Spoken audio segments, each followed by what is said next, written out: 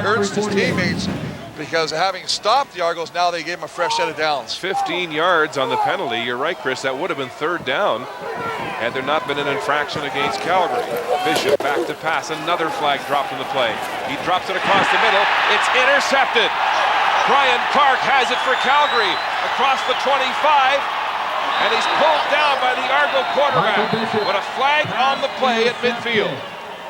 Well, the flag was thrown at the line of scrimmage. It'll be interesting. Now, last week, remember, Mark, against the Lions, the Argos got called for offside receivers jumping offside, but I believe this one's going to come back against the Stampeders, who have really shot themselves in the foot early and often. Offside, Calgary 96, holding Toronto 68. We will repeat first down. What a break for the Argos and another blow for Calgary.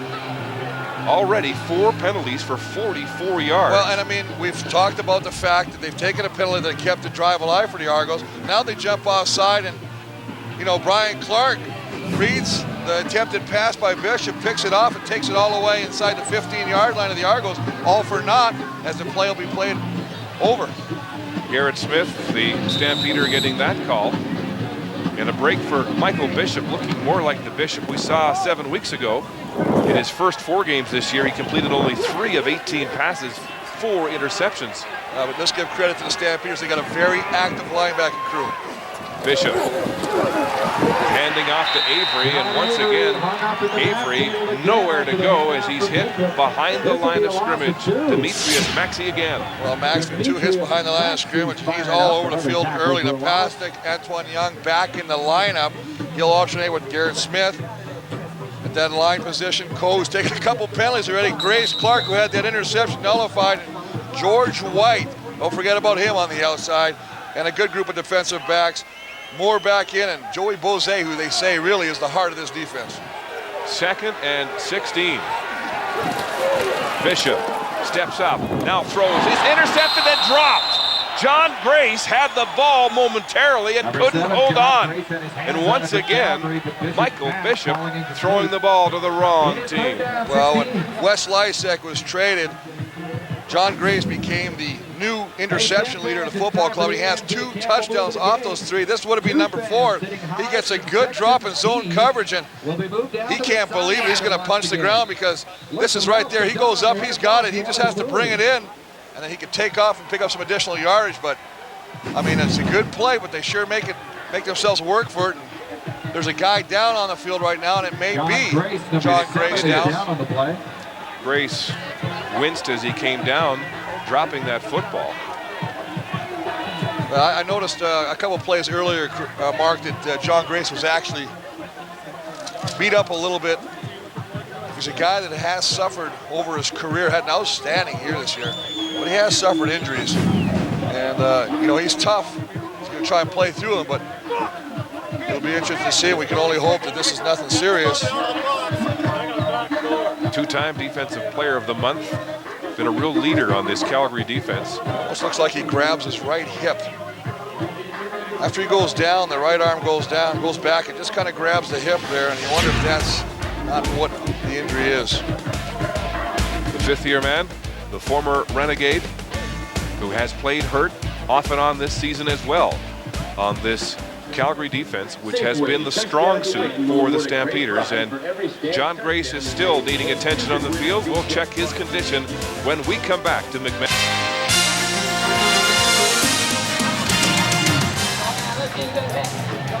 There's young Mark Mitchell, the rookie out of Queens, who has come in now to take the place of the injured John Grace at linebacker. Grace continuing to get some medical attention at the Calgary bench. As the Argos get set to punt, Wayne McGarity. He's back along with Ronnie Jenkins.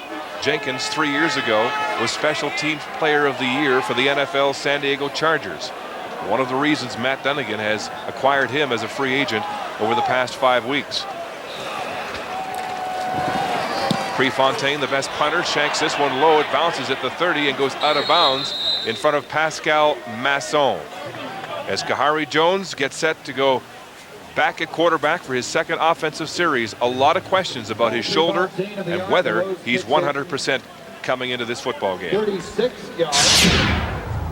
I feel good. I've been throwing the ball in practice well and coming back day after day and been able to do the things that I know I can do and put in the ball in the position that I want to put it in. So I'm feeling very confident coming into this game. Last week, Matt Dunnigan said when he was warming up in practice, he threw a ball that wobbled, and he said, oh my goodness, have we got an old man here?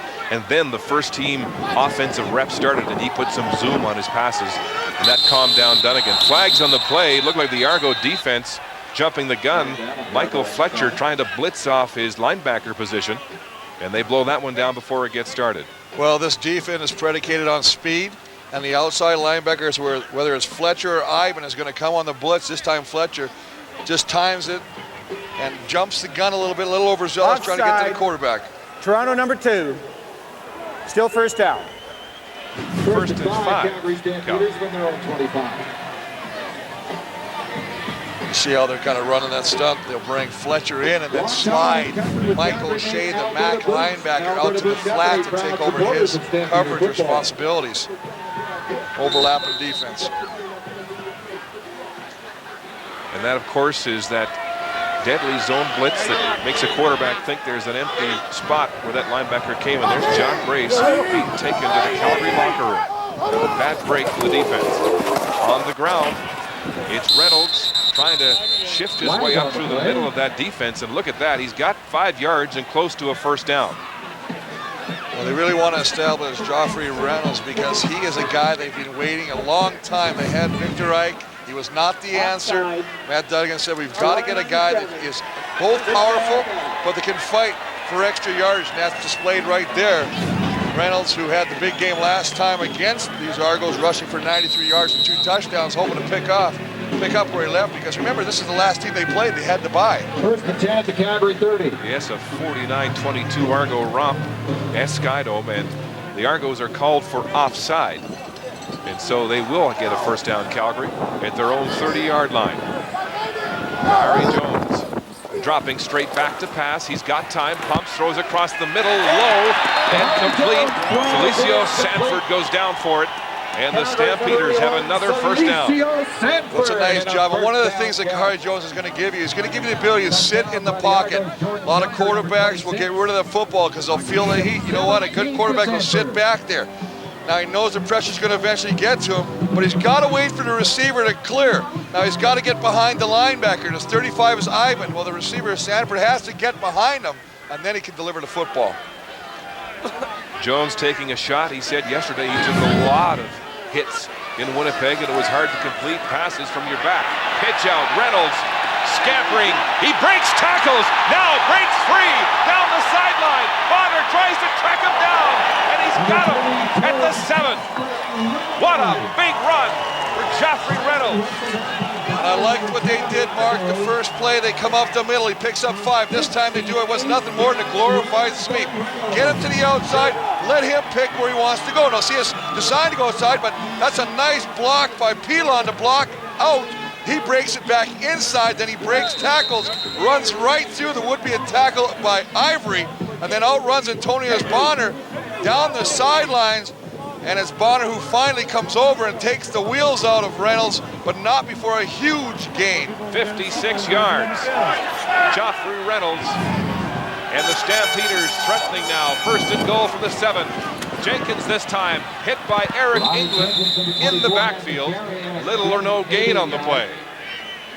Well, one of the things that the Stampeders will employ is a 2-back system. So they'll put Reynolds in, and after he does something like he did last play, they'll give him a break, and they'll bring in Ronnie Jenkins, another running back they're very excited about getting. They feel he's got a little bit more speed, but he's not as tough an inside runner as Reynolds.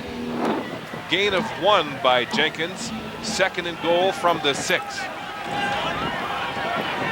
Jahari Jones up behind Jamie Crysdale, the 12-year veteran at center. Jones backsteps, throws across the middle. It's complete. Touchdown, Nick Lewis.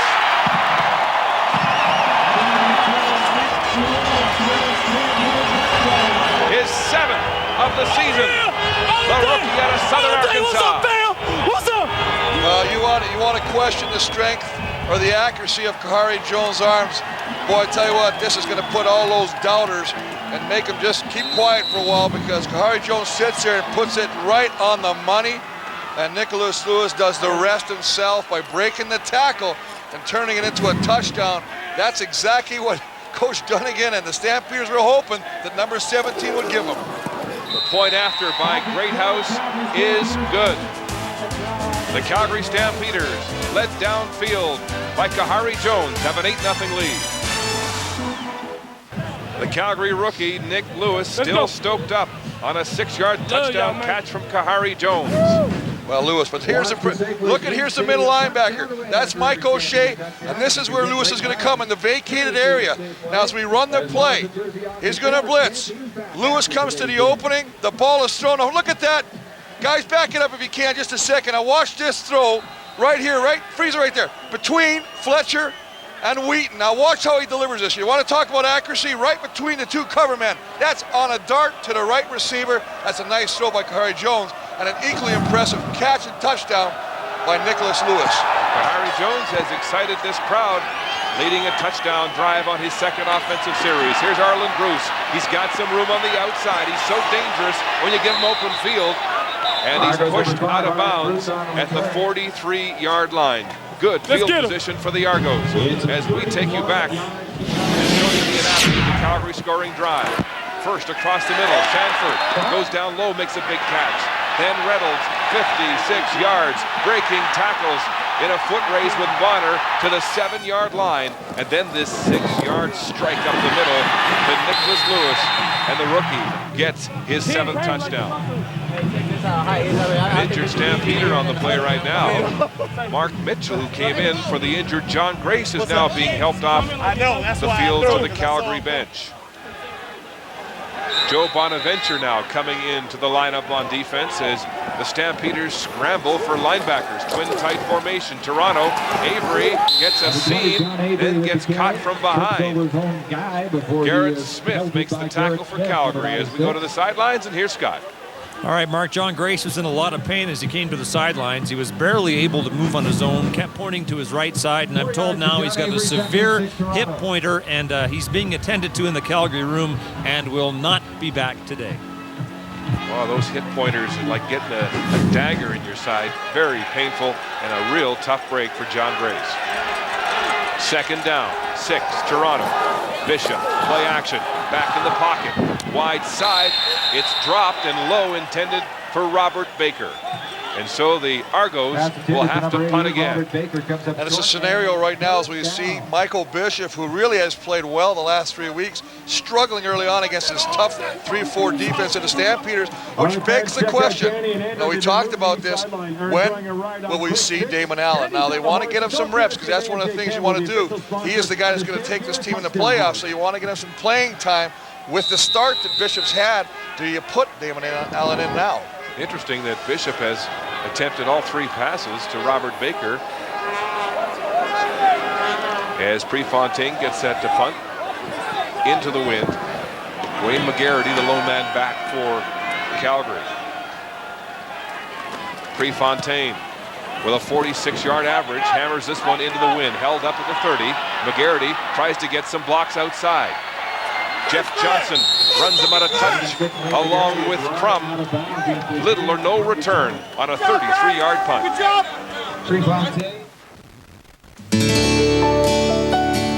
Closed captioning of this program is brought to you by Standard Life. Keeping our word is standard. Back in Calgary, the home team with an 8-0 lead on the Argonauts here. Late in the first quarter of this football game, Kahari Jones with a 6-yard touchdown pass to Nick Lewis. The running game again exposing the Argo defense, ranked last against the run in the CFL. First down, Calgary. Fake, play action rolling now. Out of the backfield, and Reynolds drops it right in his hands, but he was surrounded by the Argo defense. Well, he's surrounded, he drops a football. Once again, though, you have to catch these footballs. I don't care if it's for no yards. It gives your quarterback confidence that he's making things work. This is thrown right on the money. Reynolds gets hit right between the hands. He's got to do it. He's got to come up with this catch because you never know. You know, we've seen some of the problems of the Argos tackling lately, so he may catch this ball, break a tackle, and take it a long way. Reynolds had 93 yards rushing and 2 touchdowns in the last game they played against Toronto, and he ripped that 56-yard rush on the last series. Second down and 10. Stampeders at their 33-yard line. Jones in the shotgun.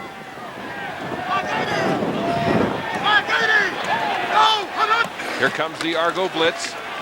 Across the middle. Open but underthrown. Like Nick Lewis was the intended receiver, and once again, Kahari Jones takes a shot after delivering the ball. Well, it's a good test. You never like to see a quarterback get hit, but there is question mark about how Kahari Jones can handle the rush and the hits. Now, one of the things that Kahari Jones does so well is that when he does have the blitz, he picks out the one-on-one coverage. He tries to get that ball to Nick Lewis. It's just Mike O'Shea coming on a delayed middle linebacker blitz that finally gets the shot on Kahari Jones.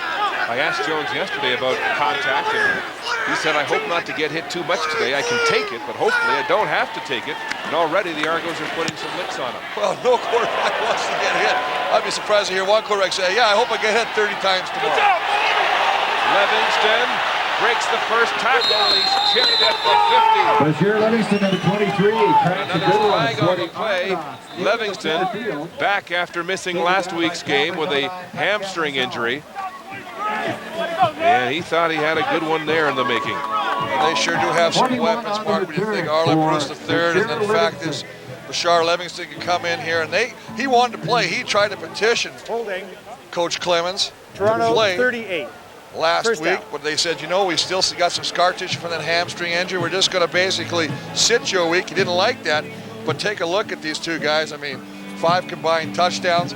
Obviously, Livingston with the big punt return touchdown last time these two teams met. 85 yards, yep. Basically broke the back of the Stampeders.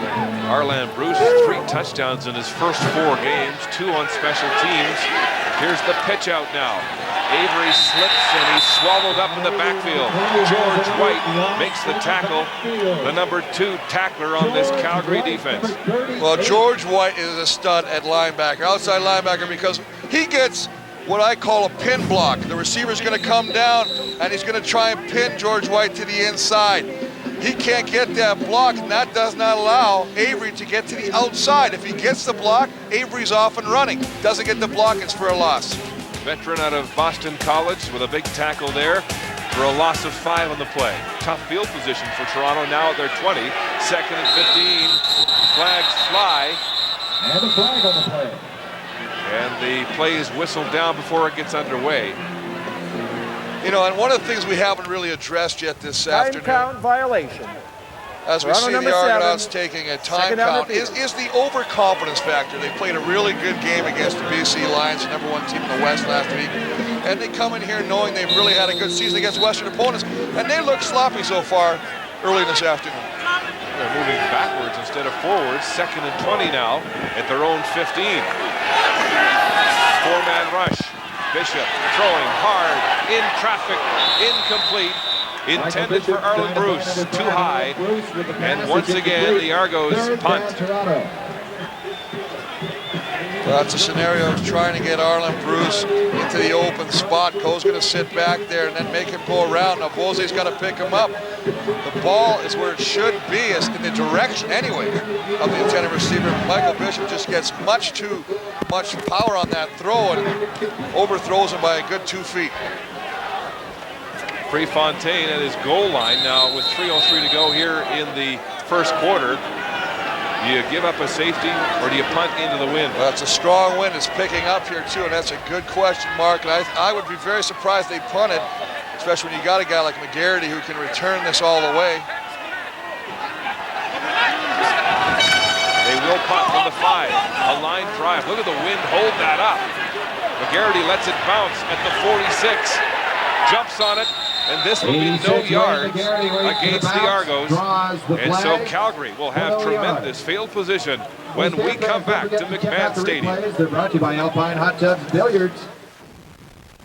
Here's a way to make painting easier. It's the new Beauty Tone Flex Brush, only from Home Hardware. You can use it as a regular paintbrush or extend the handle to reach higher without awkward stretching.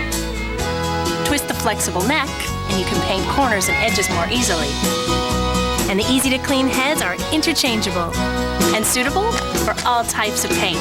The fully guaranteed Beauty Tone Flex Brush. It's a great value at just $10.97. Only at Home Hardware and Home Building Center. Back in Calgary, first down Stampeders just outside the Argo 41. 2:18 to go in the quarter, and the wind and Kahari Jones back. He drops the snap, jumps on it with Bonner right there on his back, looming with a loose ball. A loss of 6 on the play. Well, bringing a blitz late, but he just does not get the handle on the snap. He's actually looking a little bit downfield and doesn't really corral that into his hands before looking downfield. And the ball slips, and he's very fortunate to recover this. You see Antonius Bonner 10 right there. A lot of pressure on Kahari Jones, although Matt Dunnigan saying, I don't expect him to go out there and turn this around in one series, one half, or one game. I've been in his shoes. I want him to feel relaxed. Second, 16. Here comes the Argo blitz. They bring the house. The ball thrown downfield. Nobody there. Incomplete. And so the pressure too much on Kahari Jones. Third down, Calgary. Well, this is the second time in a second and long situation. The Argos have brought the house, putting the pressure on Kahari Jones. Now, Kahari Jones does what he used to do all the time in Winnipeg, and that is throw it down the middle of the football field. Unfortunately, in Winnipeg, he had Milt Stegall. This time, McGarry just cuts it off, and he flattens out the route and doesn't keep going vertically toward the end zone. Had he kept going that way, he might have had an opportunity. It's just one of those situations, Mark, where a quarterback and receiver haven't really worked long together. Greathouse standing at his 50. With the win, a nice spiral deep. Bruce at the 3-yard line. Hit hard. Joe Bonaventura decapitates Arlen Bruce with a big special teams tackle. I'll never overlook the importance of special teams. We talk about the return game, but the cover teams, boy, you get an opportunity to make an impression. And when Joe Bonaventura goes down there, Arlen's going to try to come back inside, and watch this, right square up. And I like that. I love when the helmet comes in, meets the helmet, and just crush the guy. You're pumped for the rest of the football game, and you can't wait to watch special team films tomorrow. So this vaunted Argo special teams tandem grounded again, just an 8-yard return by Arlen Bruce. Handoff, Avery, nowhere to go, goes left and right, and he's hammered as he crosses the line of scrimmage. Brian Clark making the tackle for Calgary. Well, the D-line, I mean, Maxey and partners of Napastuk and Smith are just getting such penetration at the point of contact that they're just not letting Avery find Offside. anything. Calgary 96. First down repeated. Well, Gary Smith, and that may be one of the reasons he was in before the snap of the football, but, I mean, we've seen Demetrius Maxey twice. I mean, he's just basically, and you know, he must have lined up offside on that play because he didn't jump, so he's obviously just a mental error of lining up within that 1-yard neutral zone. 1st and 5 Argos. On the ground to Avery again. Outside, stacked up as he crosses the line of scrimmage. You know, last week against BC, Avery had 2 yards on 5 carries in the first half, then had 81 yards on 8 carries in the second half, and this game starting much the same way for him. Well, all great backs have the potential on any given play to break it. The thing is, a lot of times coaches will get a little frustrated because the play's not working 1 or 2 or 3 times, and they'll can the play, and you won't see it again. When you got a guy who's got the athletic ability of Avery, you've got to stay with that, and it brings the linebackers up as well. Right now, he's in arrears, 4 yards. 2nd and 5, no gain on the last play. Bishop passing across the middle. It's complete. R.J. Soward has it, and he'll be close to a first down. R.J. Soward makes the catch. Soward, of course, with that touchdown pass called back last week amid a myriad of penalties by the Argo receivers that really hurt that Toronto passing game. 8-0 as the first quarter comes to a close at McMahon Stadium in Calgary.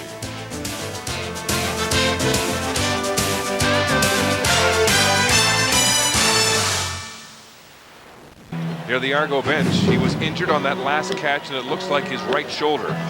Well, just going to run a little bit of a flare out right across, catches the ball, looks harmless enough. He tries a little duke to get up there, and Ryan Clark brings him down. He falls hard on the right shoulder, kind of stays down for a second, gets up, but you can see they're definitely working on that right shoulder as they're moving the arm around.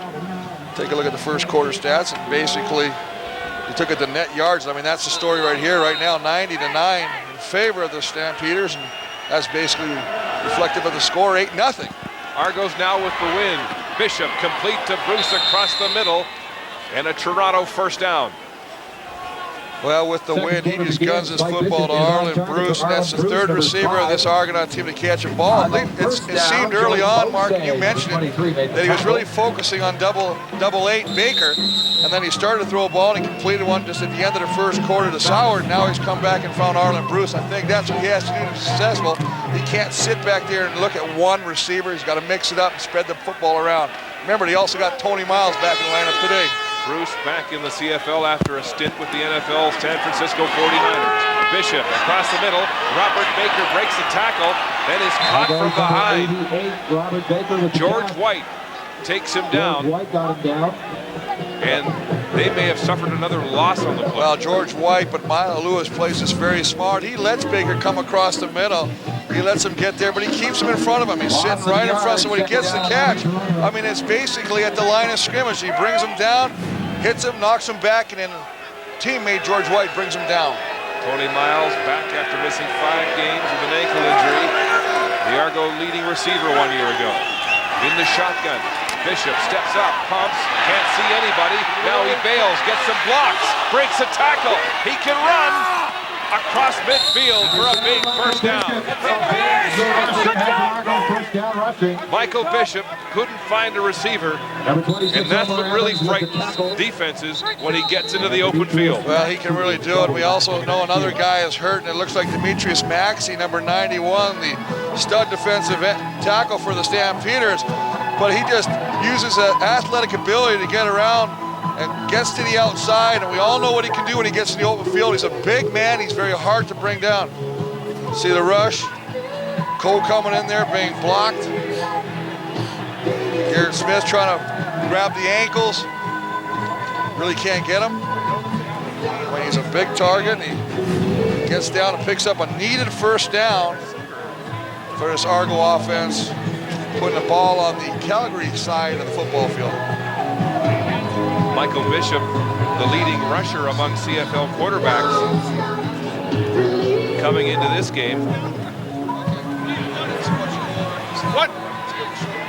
356 yards rushing, actually just behind Casey Printers in the rushing department. And so a big first down. Gain of 21 yards. Back to pass. Bishop steps up, fires hard, complete to Tony Miles in front of Terry, and another huge Argo first down to the 22-yard line, a 30-yard pickup as Miles signals his return to the lineup. And it's an excellent job of coming back to the football. As you see, Nate Terry thought he was going to keep running. Nate Terry kept going to the sideline. Miles put the brakes on, came back to the football. The ball delivered a lot of velocity right where it has to be. So Bishop now with the wind in his back, throwing with authority. This drive started on the Argo 11, now threatening at the 22 of Calgary. Bishop rolling the pocket left. Pursuit from Coe from the backside. He'll run. Coe tracks him down. The ball's loose. Stampeders recover. Scott Coe forcing the fumble. Mark Mitchell recovers for the Stampeders. And a promising Argo drive ends in a fumble. See those snap bubbles, those are good things. Scott Coe playing with that shoulder that needs surgery with a big forced fumble. Well, look where he is. He's on the other side. He's going to go all the way around the horn. You want to talk about a hustle? This is hustle right here. He's going to keep working, keep working. Bishop's going to roll. He's going to pull back up. 56 does not give up, and then he punches the ball out. It's a great play, and then Mark Mitchell with the recovery. I mean, that is hustle. That's exactly what you want out of your defense. You see, he gets that right hand in there, punches the ball loose. Stampeders come up with a big play when Toronto was marching that football smartly down. And a big play from the rookie out of Queens, Mark Mitchell, playing in place of the injured John Grace this afternoon. Grace out of the football game with a hip pointer. Calgary, their deepest possession on offense in this football game, starting at their own 12-yard line against the wind. On the ground, Reynolds wrapped up right away. Marvin Thomas makes the tackle. And there could be a loss on the play of 1 or 2 yards. Thomas back into the lineup on the D-line from injury. Well, Marvin Thomas, who gets a chance to play in a football game, missed the last 3 weeks, back in the lineup, makes his presence felt, just beats the block and gets in there and tackles Reynolds before he can even get to the line of scrimmage. And we've seen a lot of that this afternoon, of both defensive lines getting some good penetration at the point of contact. Well, the Argos have loaded up with 5 defensive linemen in the lineup this afternoon, trying to shore up their defense against the run. Jones will pass. And that's incomplete.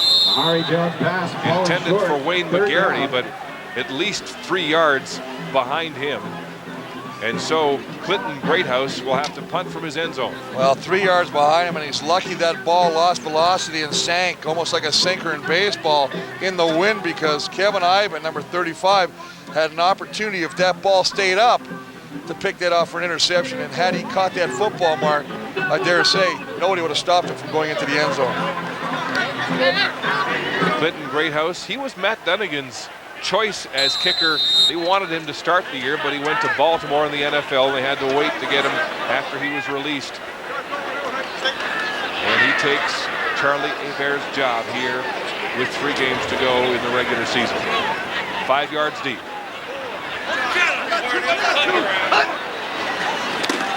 Greathouse will concede a safety touch. A wise move into a tough wind out of the north here in Calgary. The Argos are on the scoreboard. A rash of injuries early in this football game, and that looks like Bill Chamberlain, the injured Calgary Stampeder. Cold, damp conditions here. The temperature just above 0 with snow in the forecast. Well, when we got here this afternoon, about 3 hours before the game, it was raining a little bit, turned a little bit of flurries, and then stopped, blew over. It is damp, it is cold, and that may be having an effect on some of the players. Mind you, they are wearing, they got the undergarments going, the long underwear, the undergarments in the shirts, trying to keep warm, much like you in the booth. I can't believe we're not even in the real cold weather yet. You're sporting that stuff. It's getting a little soft, as you were a said. kicker? Were you a kicker in your past life or what? You got the longies on, you got to come prepared. You'll be complaining, I know, by the second half, calling for heaters and a heat blanket.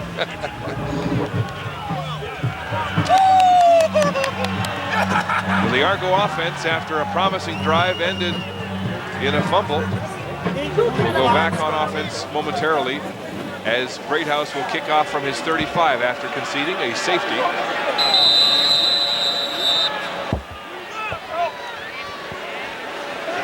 .56 to play in this opening half. And Greathouse will squib this kick on the ground. Bruce picks it up at the 35, breaks a tackle, steps over another defender, and is hauled down at the 50-yard line by Andre Arlane. Argos on offense when we come back. Michael Bishop back at quarterback, his 8th start in place of the injured Damon Allen, but with Damon Allen ready to play, we wondered if he was looking over his shoulder. I can't worry about, if Damon's dressing or, if he's coming in the game. I got to, stay focused and do what I got to do. My teammates are going to depend on me when I'm out there. So if I get caught up, worried about what's going on the sideline, I'm not going to play my best game. And, the same situation last week, he was dressed and ready to go last week, and I feel like I played, good games. Michael Bishop. Bishop's pass there intended for Tony Miles down the sideline, incomplete.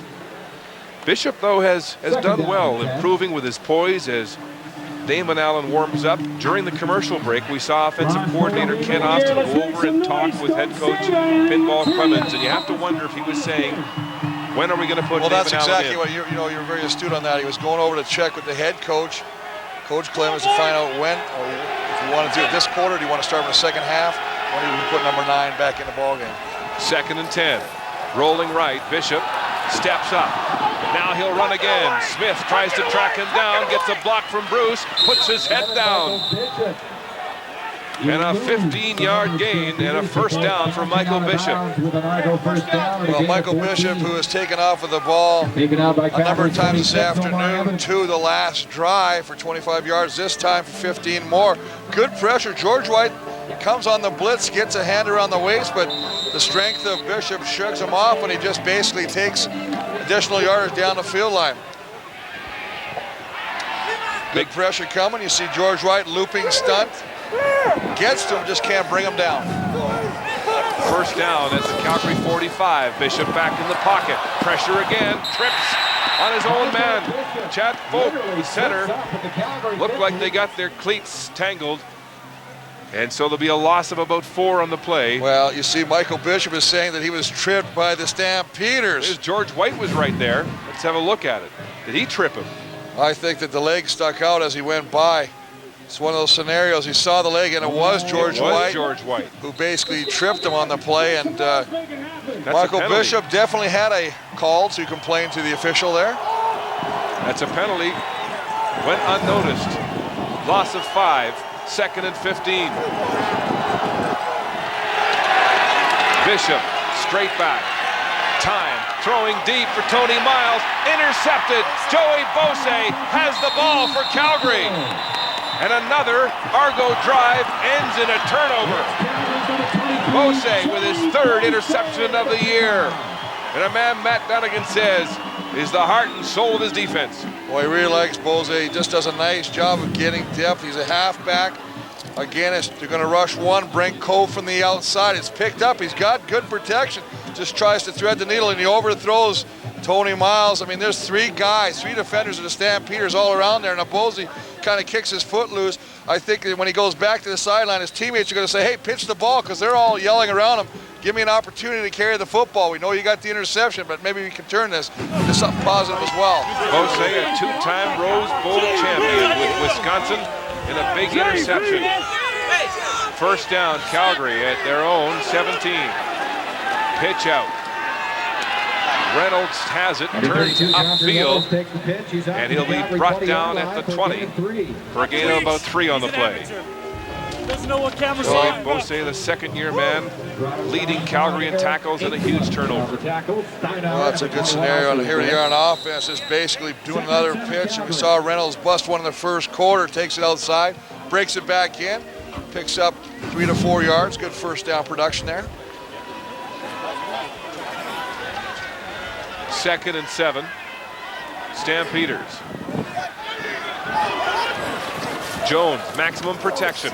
Throws wide side. It's complete to Nicholas Lewis. He makes the catch, and he gets 4 more, dragging Mike O'Shea to the 35-yard line and a Calgary first down. Well, I'll tell you, Khari Jones is quickly finding out that he likes number 82. His teammate, Nicholas Lewis, who's going to come again. You know what, and you can look at the history of Khari Jones. He always loves the slot back position. Likes to throw inside out. Once again, we saw the earlier touchdown by Lewis, 6-yarder. This time comes in a clutch situation. 2nd down, picks up a first down to Lewis. Nick Lewis, noted for his explosive speed, a track and field all-star in high school. Up the middle, on the ground, and it's Randy Bowles with the carry. Number 21, Randy Bowles. Another member of that trade from Winnipeg, coming here along with Khari Jones and a 4th pick for Fleming Lysak. You know, Bowles is a guy that had an opportunity, number 21, just called a quick dive play where he just gives the ball to lead blocker, in this case the fullback, picks up 4 to 5 yards. It's a nice scenario. It's a nice changeup. Fleming Lysak and Regenbald, of course, Bowles taking Regenbald's spot in the Calgary backfield. And his number. 2nd and 6. Argos 4-man rush. Quick pitch pass. Sanford looks for some blocks. It's a hitch screen, and it works to perfection. Another Calgary first down. And look at that, it's Kevin Ivan on the tackle. Well, it's Kevin Ivan on the tackle, but again, it's a good scenario of a quarterback getting rid of the football quickly. Reading the defense, staying with the play, and delivering the ball, making sure that you give your opportunity to the offense to make something happen.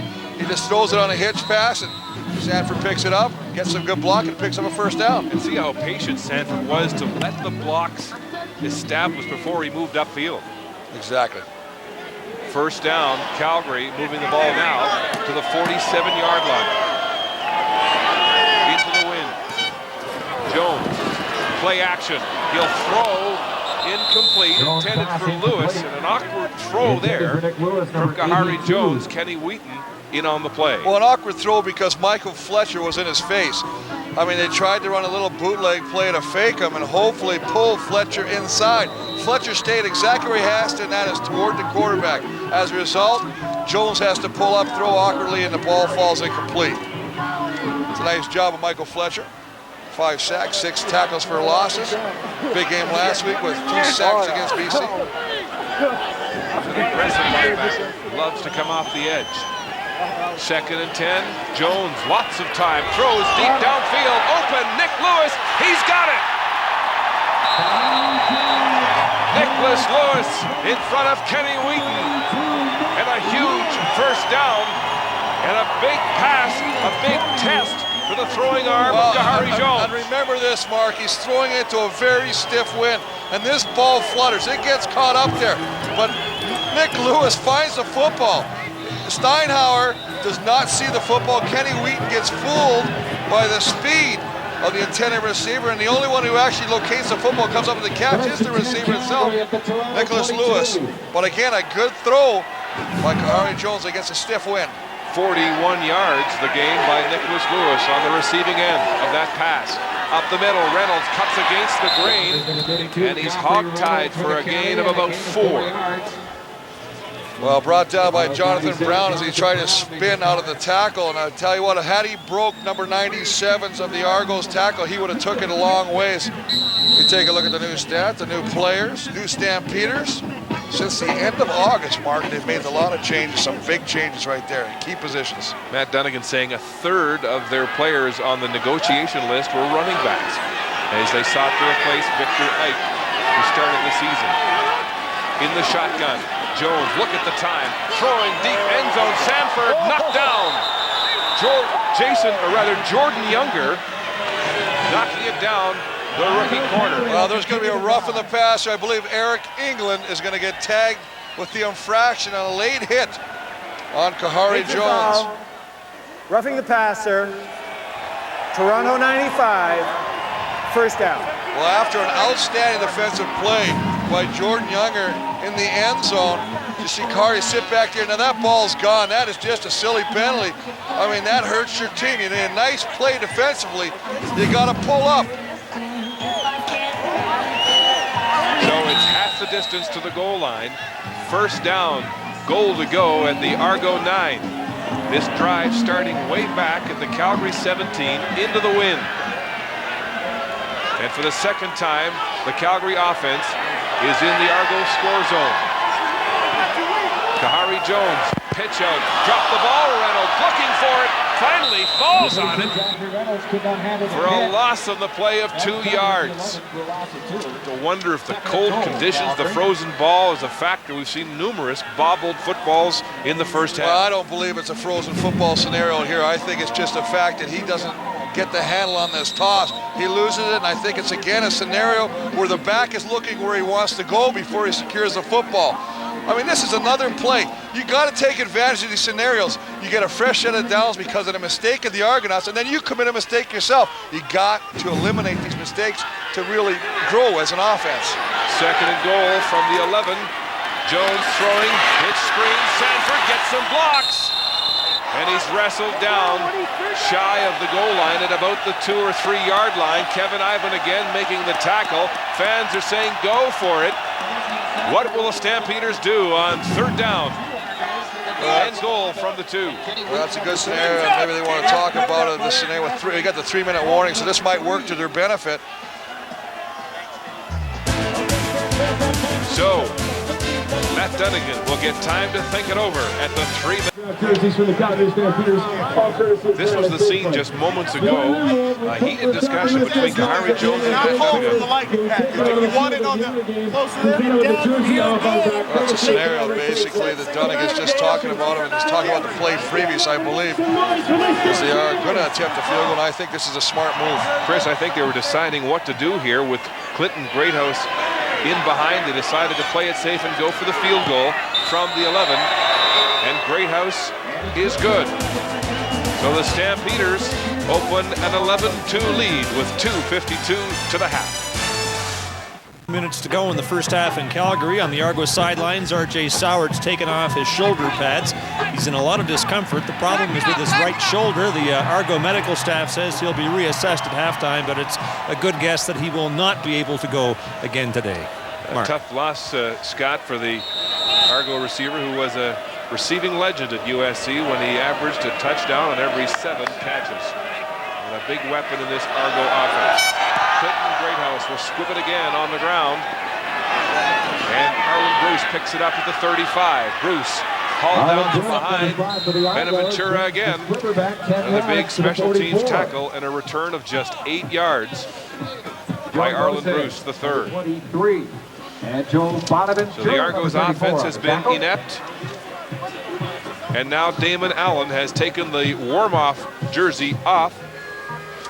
The warm-up jersey off, and Damon Allen now preparing to go back to work after being out for 9 weeks with a broken leg suffered back in August against Montreal. Trying to ignite this Argo offense. 2 turnovers already in the first half. In the shotgun, Allen is complete to John Avery. Avery heads to midfield, drops the ball again. Stampeders say they've got it. Calgary football. Terrence Moore, the safety, recovering the John Avery fumble. And Calgary takes over at midfield. Well, it's just a scenario. They're going to run a little screen pass, leak Avery out in the backfield, give him the football, he gets an open space, tries to break a couple tackles, and he gets punched out. And I believe it was Antoine Young, 98, who gets his hand on the football. It's Garrett Smith, 96, excuse me, who punches that football out. Once again, a very opportunistic Calgary defense. Third turnover in a row for the Argos. I know you disagree with me about the cold ball, but this is the first real cold game of the year, and the Argos are having trouble hanging onto the football. Kahari Jones out of the backfield, nearly picked off. Clifford Ivory jumping on that pass intended for Ronnie Jenkins. You know, and Mark, I can see lofting the ball over the middle on a screen. I can never, ever see lofting a ball to the sidelines. Anytime you just put a little feather touch to the sideline, you allow that secondary guy to come up and make a big play. And Clifford Ivory, by all rights, should have had this interception and taken it all away. Especially when you're throwing into the wind and the ball's already being held up. A close call there for Kahari Jones. 2nd and 10 Calgary. Their own 51-yard line. Jones in the shotgun formation. Here comes the Toronto blitz. Pumping, wants to go deep down the far sideline. Looking for Sanford. It's held up. Jump ball. Argos say they've got it. Looking for the indication. Well, Jordan Younger down there. The reason they're doing that is because when there's joint possession between a receiver and a defensive back, the reception will always go to the receiver. Calgary ball! And that's exactly what they're going to do in that situation. It's a scenario where you have to, as a defensive back, have more control of that football. You have to basically rip it out of the receiver's hands for the official to call it your way. Now they go up there and you can see they both got it, almost like a jump ball. Now in that call, as they go down, you can see actually on that scenario, Sanford does not have the ball. His hands are on the football. That's all the official's looking at, Mark. Tell you what, that looked like Jordan Younger's football when they came down, but you're right, they both had their hands on the ball. When you have a basketball and both of you have the football, you do a jump ball. That's exactly what happened here, only the Stampeders retain possession. First down, Calgary at the 15. Pitch out, Reynolds going outside, hammered. Mike O'Shea makes the tackle for a loss on the play. Well, Mike O'Shea with the tackle, but Clifford Ivory coming up, doing a nice job of run support, forcing Reynolds back inside. That's exactly what you have to do, force them to your bigger men, your linebackers, who wrap up the play. He's got to stop, he's got to turn it back inside, and the flow gets him. 2 series in a row, Calgary inside the red zone and giving up losses on first down. 2nd and 12 at the Toronto 17. 2 and counting until halftime. And a timeout called by Kahari Jones. Calgary. Timeout called. It's interesting you made that thing. Both times in the red zone, both first down plays. One was a fumble, this time a loss. Interesting, both tosses. Right. Sweeps to the outside, the fumble to the right. This time, no yards and a loss to the left. Yeah. Well, this Argo defense so tough inside its 20. Third of the time they give up touchdowns. The rest usually field goals. A bend-don't-break style defense led by this man, Kevin Ivan. Well, remember, they also have allowed the least touchdowns in the CFL with only 22 against them. And one today to make it 23 now. On the touchdown pass to Nick Lewis. So 2nd and 12. Jones now with the play he wants after a timeout in the shotgun.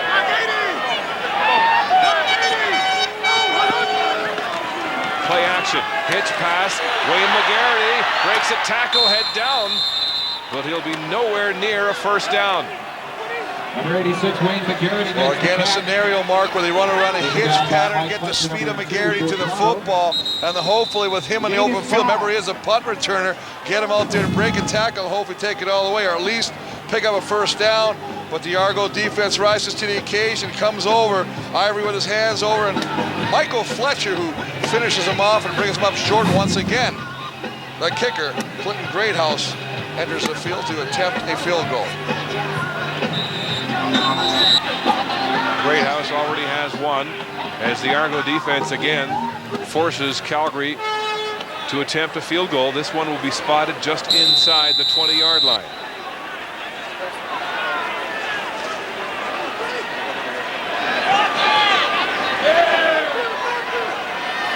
Greathouse with good position inside the right hash mark. The ball is down, kicked, and good.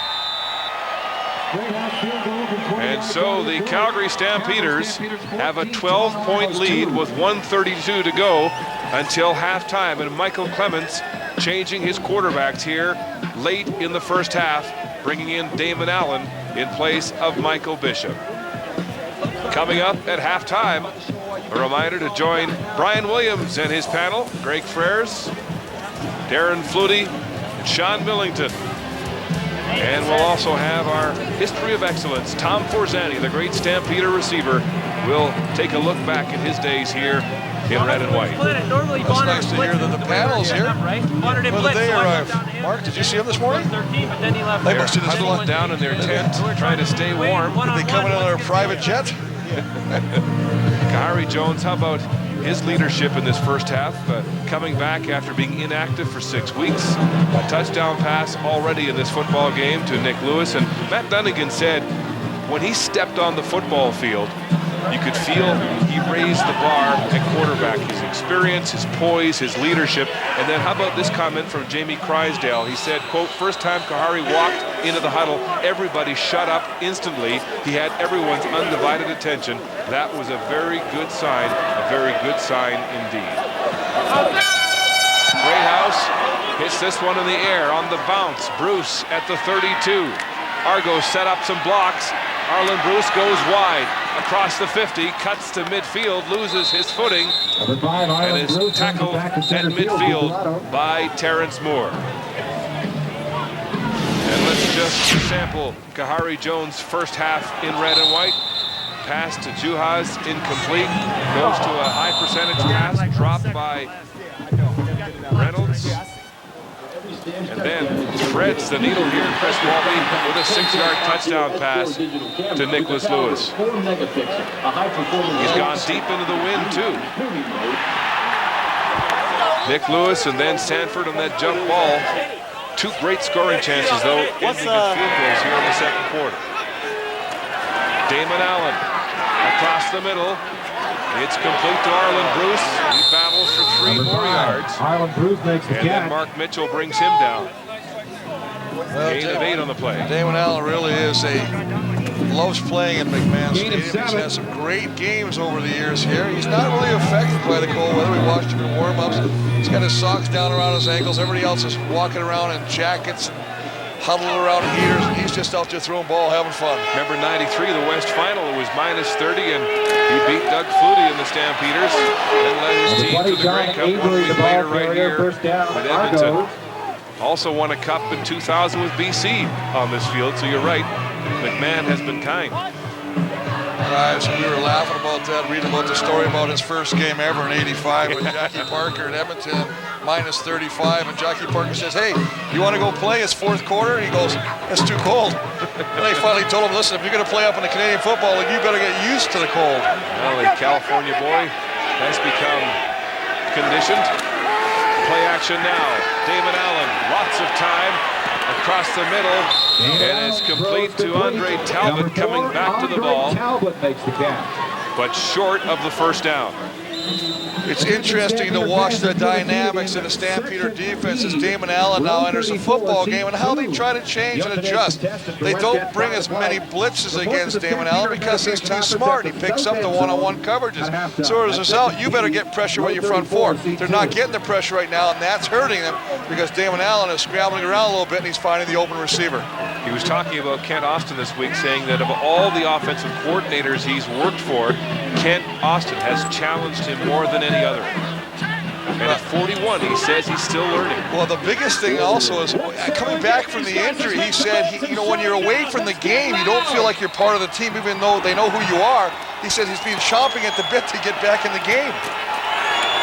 It will be a Toronto first down at the 31 of Calgary. Damon Allen. Here's the blitz, and they sack him. Demetrius Maxey takes him down for his third sack of the season. Number 91. Mentioned the play previous, you got to get pressure with your front four. Demetrius Maxey, who basically has had a great job of getting a couple tackles for losses. He just runs around Bernard Williams, the left tackle. It almost looks like Bernard is taught to step inside and then try and get to the outside. That really puts your left tackle at a disadvantage. 24 seconds and ticking. Argos do have a timeout left. Damon Allen under pressure, throws it away. It's complete. John Avery picks it up and is tackled shy of the 35-yard line. Milo Lewis making the tackle from his DB spot for Calgary with 13 seconds to go on the clock. It's third down. And Noel Prefontaine will come into the game to attempt a field goal. The special teams player of the week, Prefontaine, 6 for 6 last week against BC. Well, once again, good pressure coming from Demetrius Maxey. I mean, this time beat Bernard to the inside, Williams, and putting the hit on Damon Allen, but he completed the pass. Unfortunately, could not pick up the first down. Prefontaine will attempt this field goal from the 42-yard line. He has not missed a field goal in 5 games, going 13 for 13. Make it 14 in a row. Good from 42 yards out. Noel Prefontaine narrows the lead to 9 as the clock hits 0. Here's Scott. Mark, thanks very much. Matt, your defense outstanding in the first half, but were you at all concerned about your offense's inability to punch it in 2 opportunities in the Argo red zone late in the half? No, none whatsoever. We're playing against an outstanding defense that's been known to keep people out of the end zone. And, they're great. They're kind of a bend, don't break defense, Scott. But I'm certainly pleased with the opportunity of moving the ball into the win, especially in that second quarter. All eyes on Kahari Jones in his debut as a Stampeder. How would you assess his play in the first half? Outstanding, poised, under control. Exactly what we thought we'd be getting, and he's doing it out here. Thanks, Matt. Appreciate it, Scott. It's Matt Dunnigan, head coach of the Stampeders. Stamps 14, Argos 5 at the half, and the CFL on CBC will continue from McMahon Stadium in Calgary in just a moment. Live at downtown Calgary, a cold gray afternoon with snow on the way here at McMahon Stadium. The Stampeders with a 14-5 lead with Sean Millington, Greg Frères, and Darren Flutie. I'm Ryan Williams. You're watching the CFL on CBC. A brutal first half for the Argonauts, in particular for quarterback Michael Bishop.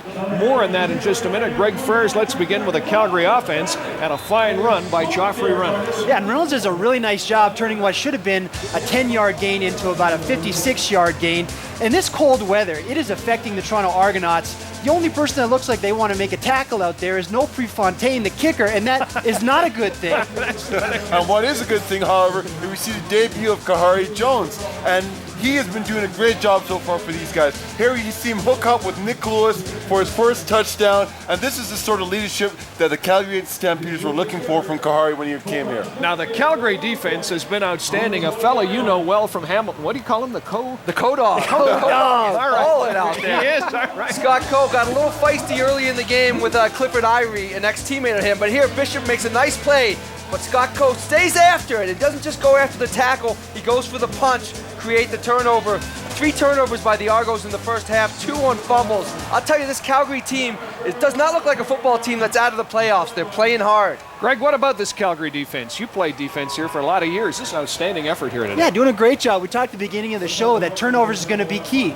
Darren just said there's 3 turnovers that Calgary's been able to take advantage of, and that's the difference in this ballgame. All right, one more play. Let's see Kahari Jones to Nick Lewis, and you've been impressed with the way Jones has gone against the wind. Yeah, this is against the wind. He had 2 big completions against the wind. I'm a big fan of the underthrown ball. I am, because the receiver is watching the ball and has a chance to adjust while the defensive backs have their back to the ball and can't see it coming in. So great play by the receiver, good throw by Kahari Jones into the wind. What in the heck is going on with John Avery? John Avery definitely been a non-factor here today so far. And as much as I hate to be getting on the running backs, Avery just, he's lacking that certain spark. You know, that little shiftiness that we're used to seeing from John Avery in the past is missing right now, and I don't know when he's going to get it back. It's one thing for a guy like John Avery to not be a factor. You know, he's the $200,000 guy and he's not a factor. Okay, we accept it. But in this case today, he's really hurting the team. He's not running hard. He had a bad turnover that led to a field goal. I mean, that's not good sign for the Argos. But we're saying overall lack of aggression by the Toronto Argonauts. I think of that offensive line too. There are times when there is just too many Calgary Stampeder defenders right in his face. He needs to get on track. That offensive line for Toronto needs to get on pace as well. Now, this is the 5th. Kahari Jones is the 5th hand-picked quarterback for Matt Dunnigan this year. Michael Petrie had a great line in the Calgary Herald this morning. He said, for Dunnigan, this could be his last mulligan. Some impressions of his mulligan. Well, you know, if you're going to take that many mulligans and you're paying for your mulligans, you better make them work. So at this point, Kahari Jones better work out for him, and so far he is. We talked to Matt at halftime. Scott talked with him, seemed extremely happy with that first half. We'll see if he can continue. What about Damon Allen, fellas? Greg and Sean, we'll see more of him provided it doesn't snow in the second half. Well, I mean, everybody was so excited for Damon Allen to come back in, but one of the things that people have to remember is that when Damon Allen was starting, he wasn't putting up lightning numbers either. I mean, there's a reason why Toronto is at the bottom of the pile as far as offensive productivity, and unfortunately, Damon Allen was a big part of that. Yeah, and his offensive productivity on average is about 250 yards, but the key for Damon is that he has got ball security. He only gave up 2 interceptions while he was playing and still healthy. Now, the Hamilton Ticats, of course, are smiling right now. They're only 2 points, your old team behind Toronto. They play in Toronto on Thursday. I'm wondering, Greg Frères, in the locker room right now, is Noel Prefontaine telling his teammates how to hit and how to tackle? Oh, these guys got to get, I mean, it is cold out here today, but you know what? There's no excuse. Got to come out here and make tackles. It's a bend, no break defense. You got to make tackles and get everybody in front of you and make those tackles. Yeah, Greg, it's cold out here today, but boy, come November, come playoff time, it's going to be much colder than this. So if you can't play in this weather, what are you going to be like during the playoffs? Well, the Calgary Stampeders have the lead on a cold afternoon with snow in the forecast here in Calgary. There's Nick Lewis. He's had a big first half. Matt Dunnigan is smiling here this afternoon.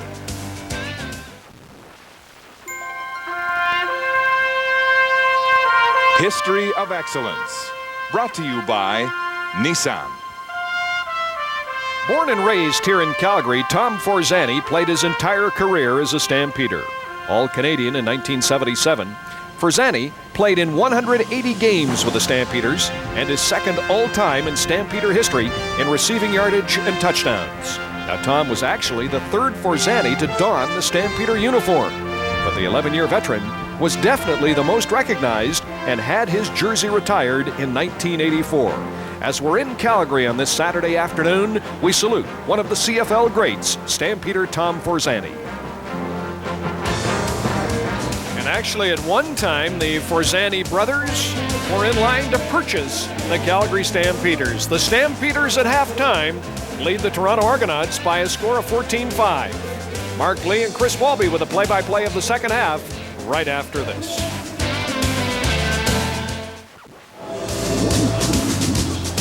Our Welcome back to McMahon Stadium in Calgary as we get set for the start of the second half with the Stampeders leading the Toronto Argonauts 14-5. Chris Walby, the Argos really should be down deeper than they are right now. Well, it's a scenario, Mark, where they had 3 turnovers in a row, but they didn't capitalize. Once again, the red zone hurt them. They were down in the red zone twice, and they had to settle for 2 field goals rather than touchdowns. I mean, obviously, if you look at the halftime stats here, first downs favoring the Stampeders.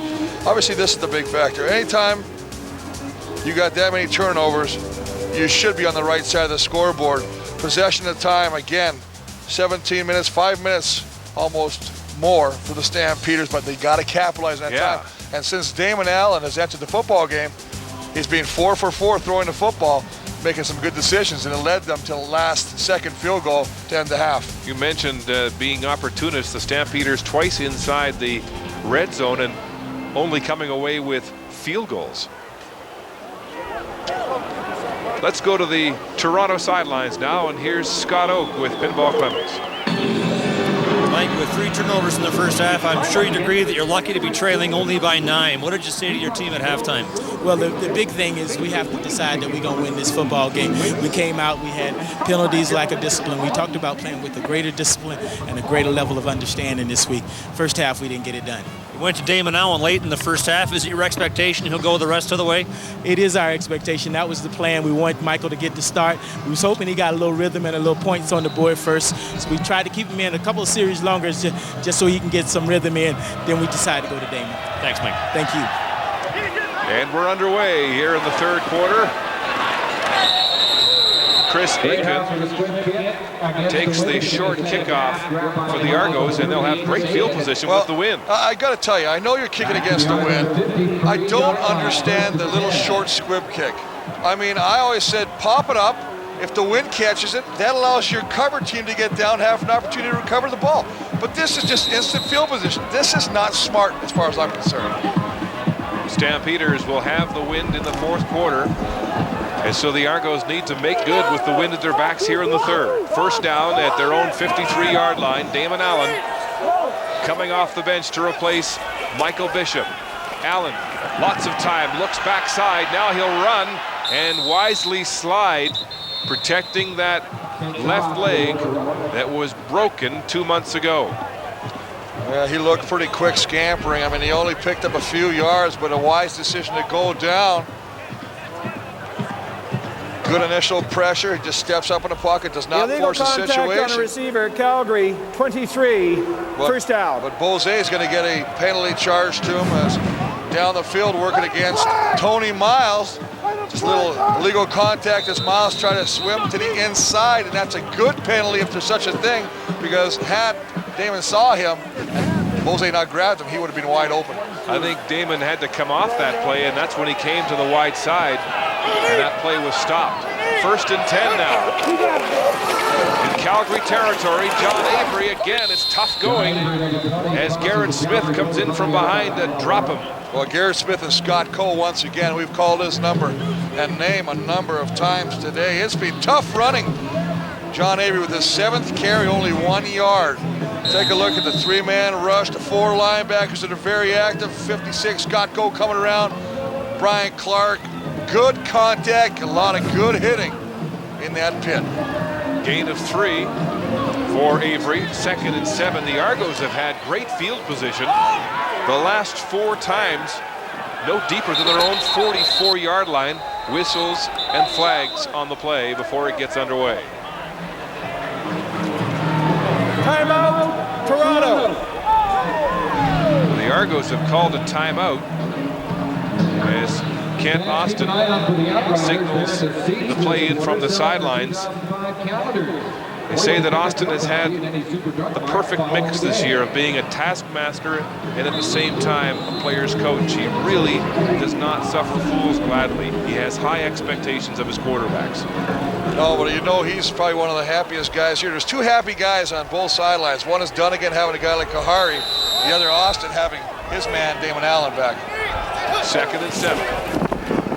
Allen throws to the near side, complete to John Avery. Avery needs to beat his man. He does. Gets back by Scott Coe. Drops the ball. Another turnover. And Calgary has it. Nate Terry picks it up on the run. The That's the second fumble by John Avery. Again, John Avery makes a nice play, breaks a few tackles, gets into the open field, and the ball comes loose as the defense gets after it, punches the ball out once again. Just gonna swing it out, he's gonna make Scott Cole miss. I guess the outside, Bose takes the legs down, but look it. There's Mark Mitchell, who's recovered the fumble, the first one earlier in the game, now responsible for knocking the second one out. The fourth Argo turnover in 5 offensive possessions. As Kahari Jones goes back to work in quarterback. On the ground, up the middle, daylight, Reynolds breaking tackles into the secondary and tripped up. Steinauer finally gets the shoestring, bringing him down across the 50. As you say, Steinauer coming over with a touchdown-saving tackle on Reynolds, who's just going to slide back, and he cuts it against the grain. It shows you the importance. Now that's Randy Bowles. Randy Bowles, who comes over to trade. What a great block on the backside. They always talk about the front side, but folks, sometimes the backside is equally as important, and 21 gets that seal block, and that springs Reynolds. First down at the 49. Back to Reynolds, up the middle, breaking tackles again, right through the heart of the Argo defense, and once again, Orlando Steinauer has to make the tackle at safety. And this is a nice mix. This is exactly what Kahari Jones wants to establish, the running game. Anytime you can put yourself in a situation when you're 2nd and 1, I mean, the offensive line are happy because they're getting the chance to come off, dictate the flow of the game in that 1-yard pit, the war zone as they like to call it. And it frees him up, and it helps the passing game. Takes some of the pressure off when he does drop back to throw the football. Joffrey Reynolds with an 8.9-yard average. Up again, it's Bowles, and he bowls his way for a first down on 2nd and less than a 1. Here's Kahari Jones, pass distribution from the first half of play. Well, you can see he's utilized the entire football field. I mean, he's thrown to the left, and he's thrown to the right. He's completed a deep ball to the left and a deep ball to the right.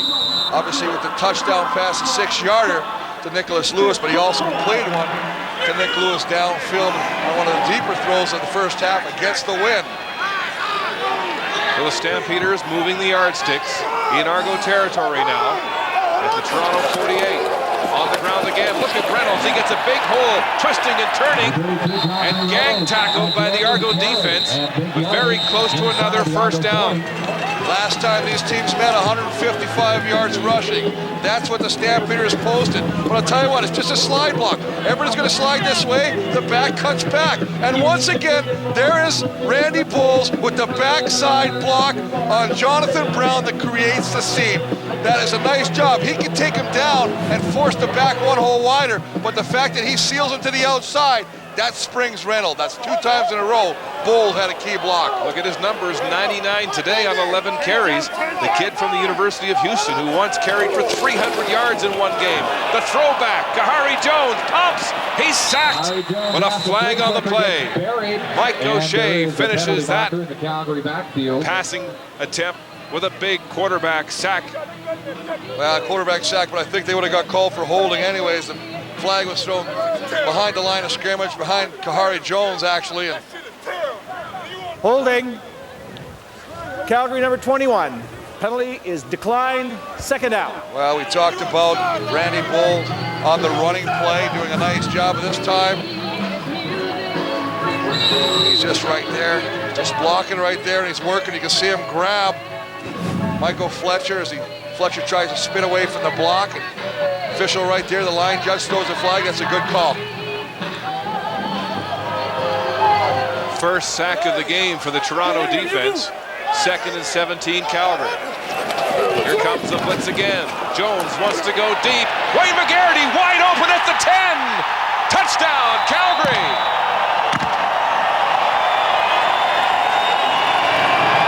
Mark, that's a bullet into the wind. McGarity wide open. 44 yards. You're right. He threw an arrow into the wind. Kahari Jones, his 2nd touchdown pass of the game.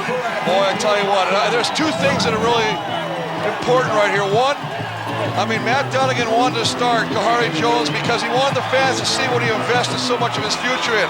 He traded away some pretty good players to get number 17. But two, you got to think about what's going on in the mind of number 17 himself. The confidence. He was beaten. He was down. He was broke. All of a sudden he comes back, breath of fresh air, new city, and what a way to resurge your career. The point after is good. There are some coaches in this league who wondered if Kahari Jones was finished. He says everyone will see what I have left. Well, I'll tell you what, if you're going to blitz Kahari Jones, he's going to make you pay, and that's exactly what he does in this play. Here's O'Shea, here's Ivan, here's Bonner. These are the linebackers. They're going to come. Now, as we run this play, he knows he's going to get one-on-one coverage. But hold it.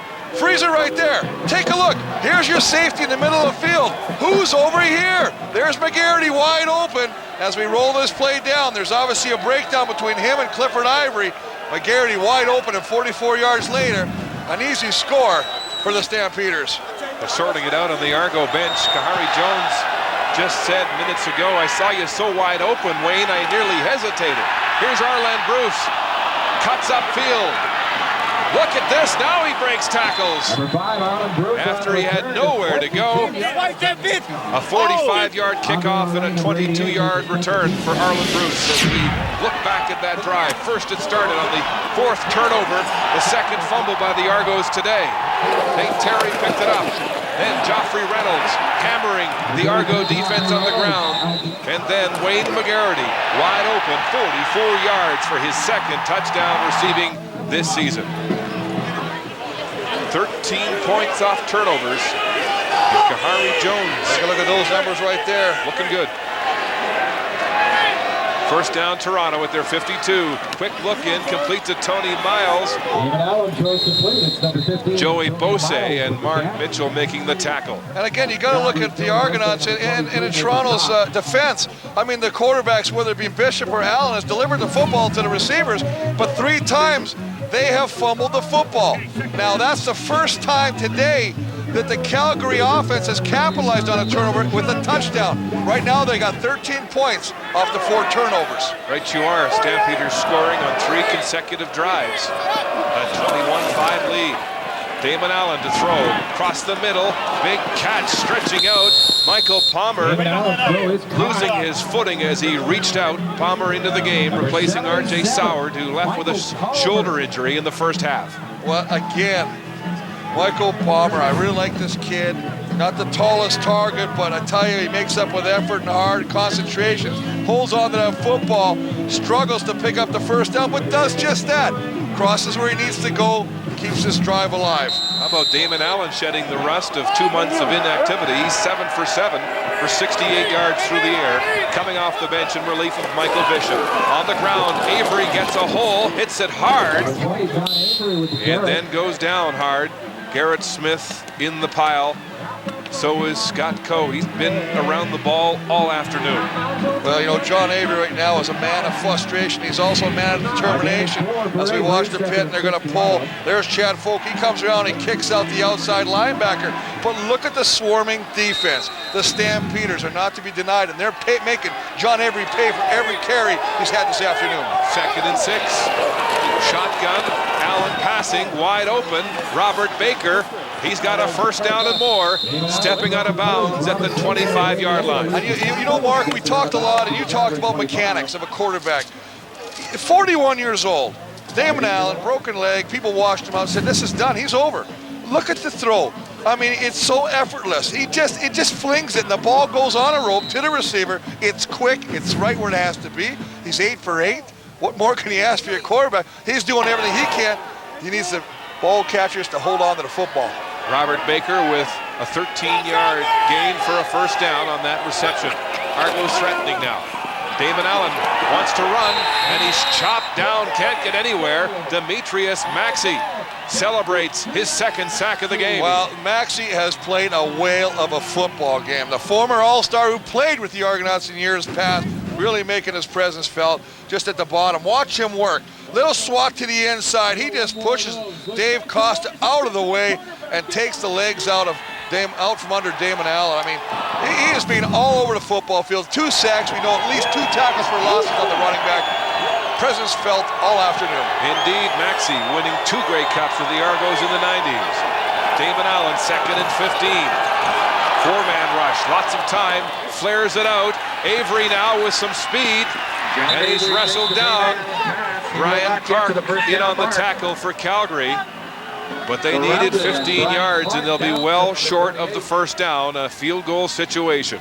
Well, Noel Prefontaine will come on, but I tell you, you gotta like, again, the speed shown by the Stampeders wearing their black today. I mean, obviously, 40 of these jerseys will be given away to some lucky fans after the football game, be autographed by the actual players, but they are just swarming. Every time there's a ball carrier, there's at least 3 defenders around the ball. Prefontaine from the 29.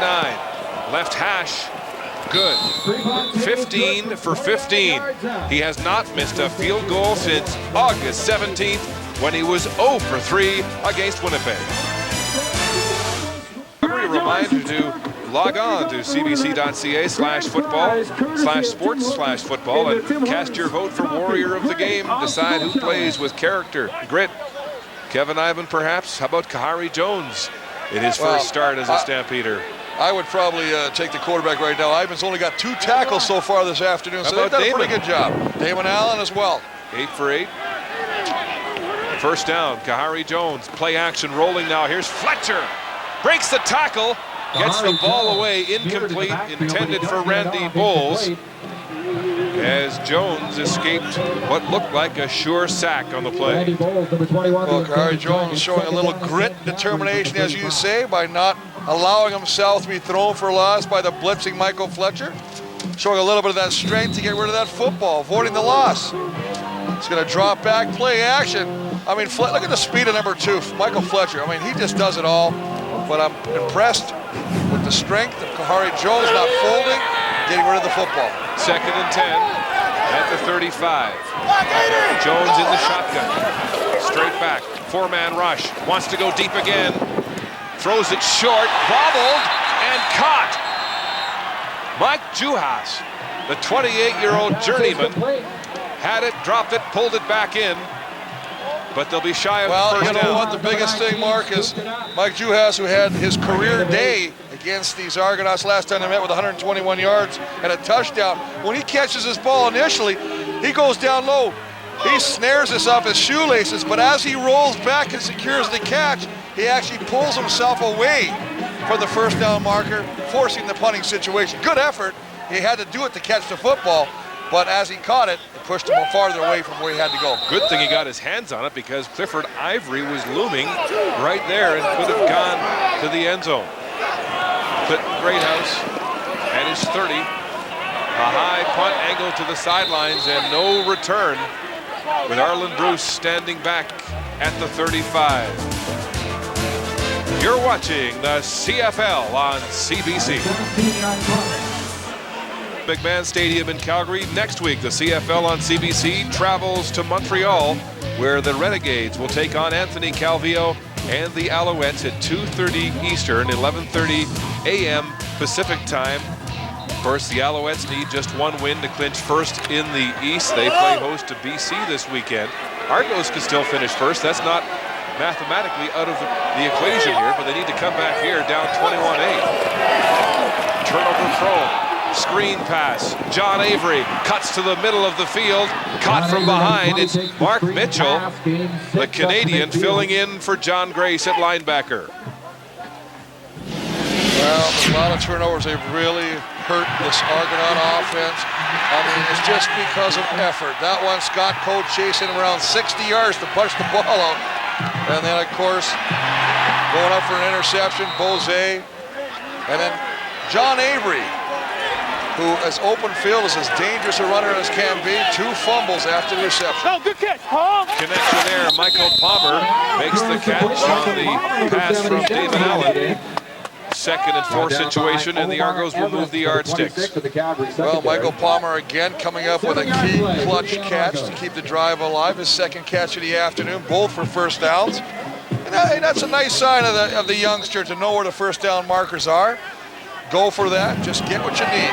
Damon Allen, 11 for 11 through the air. Argos, though, running out of time with the win. 3:05 to go in the third quarter. Downfield complete. Arlen Bruce makes the catch and then pays a price as Milo Lewis wallops the receiver at the 30. Well, he wallops the receiver, but Arlen Bruce, we talked about the fact that he's such a strong receiver, and when he gets his hands on the ball, I mean, he is just rock. Just as he catches that football by Milo Lewis, but he holds on to the football, gets up, points to the end zone, says that's where we're headed. Argos in the no-huddle offense, trying to take advantage of the 2.5 minutes left of the win. Damon Allen will now run with the football, wide open.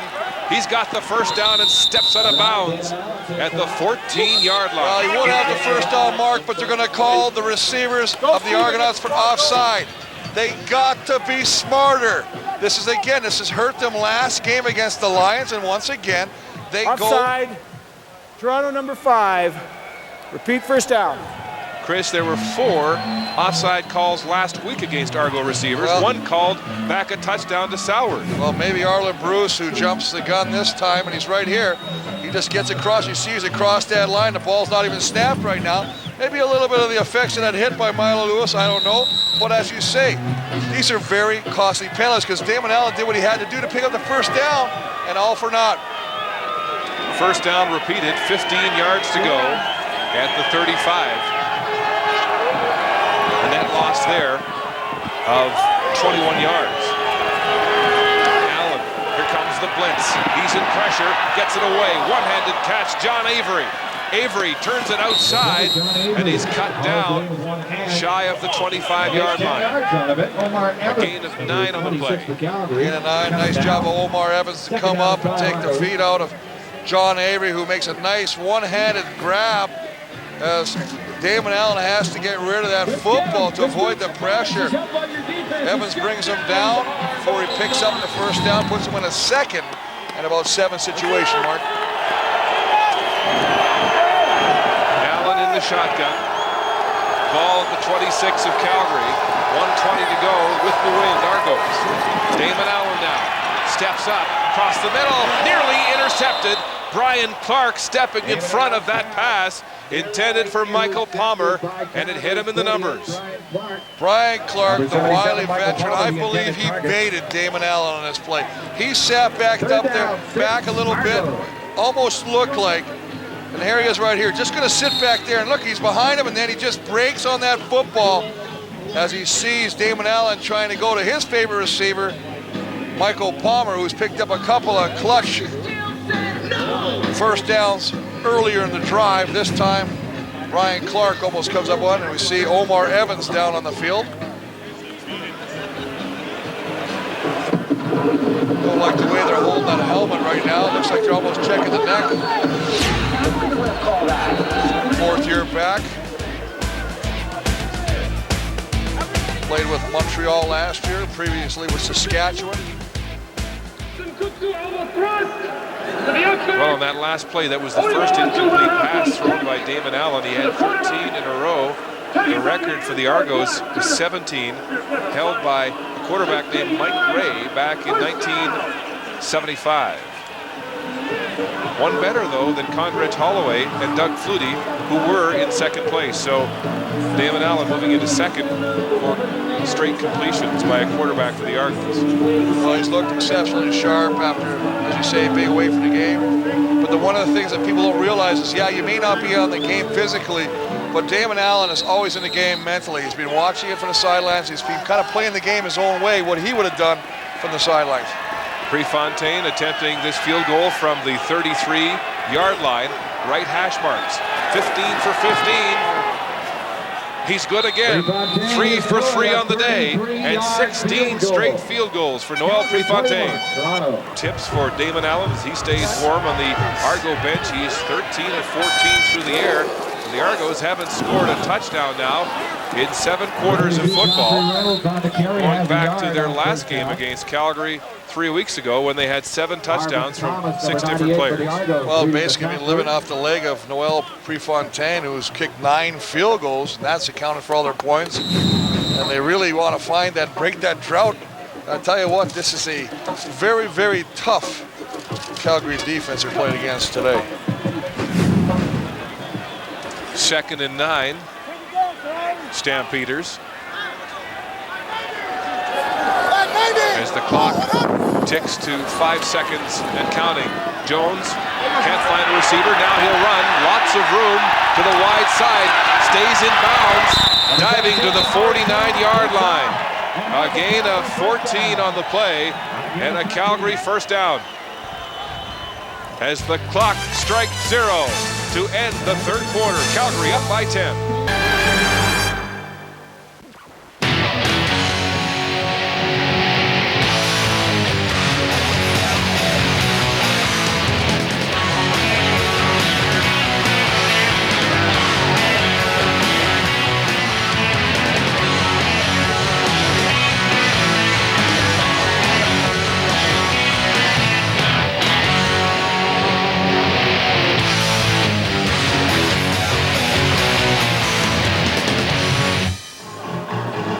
Fourth quarter straight ahead in Calgary with the Stampeders leading by 10.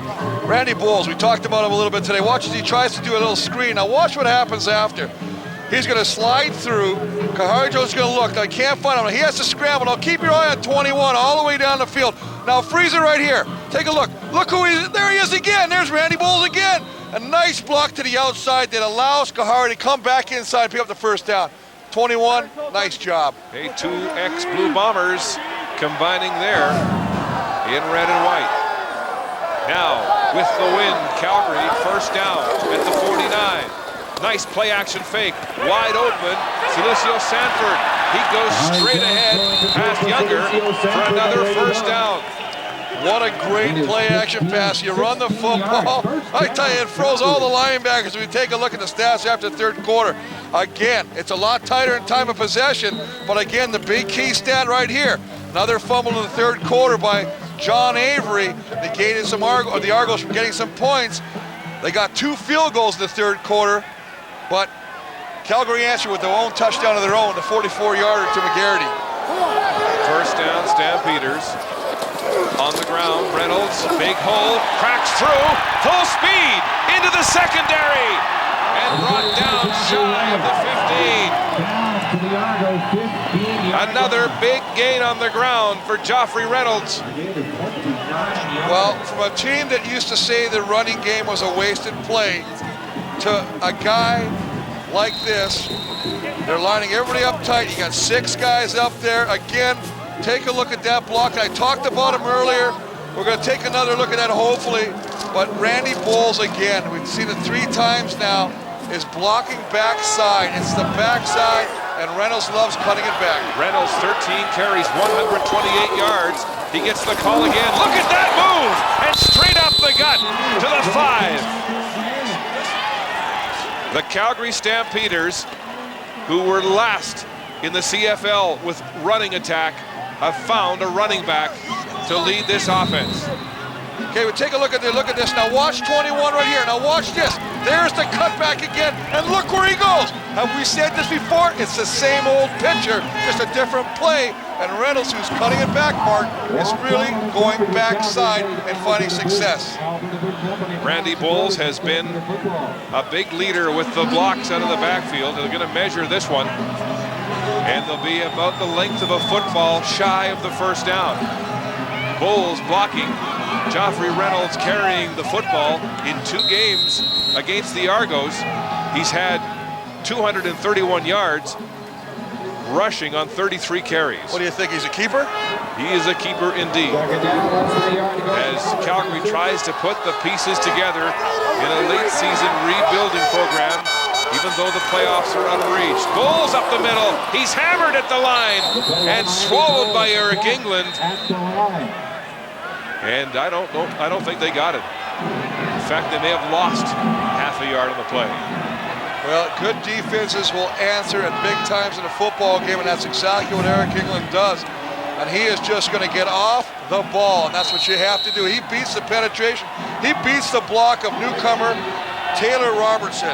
Hey, and he just gets to the inside and snuffs that out. And Matt Dunnigan said to us yesterday, he needs more production out of his right guard. There's a classic example. He needs Taylor Robertson to realize what he has to do to be a professional athlete. Stampeders will gamble on 3rd down. Up the gut, Randy Bowles. Argos say They didn't get it as they stack it up on the line of scrimmage. Eric England signaling an Argo first down. We'll wait for the placement. Well, that's all comes down to the placement. He had to get to the 5-yard line. Now, did he get that far? This is the third time they've been in the red zone, Calgary, and struggled.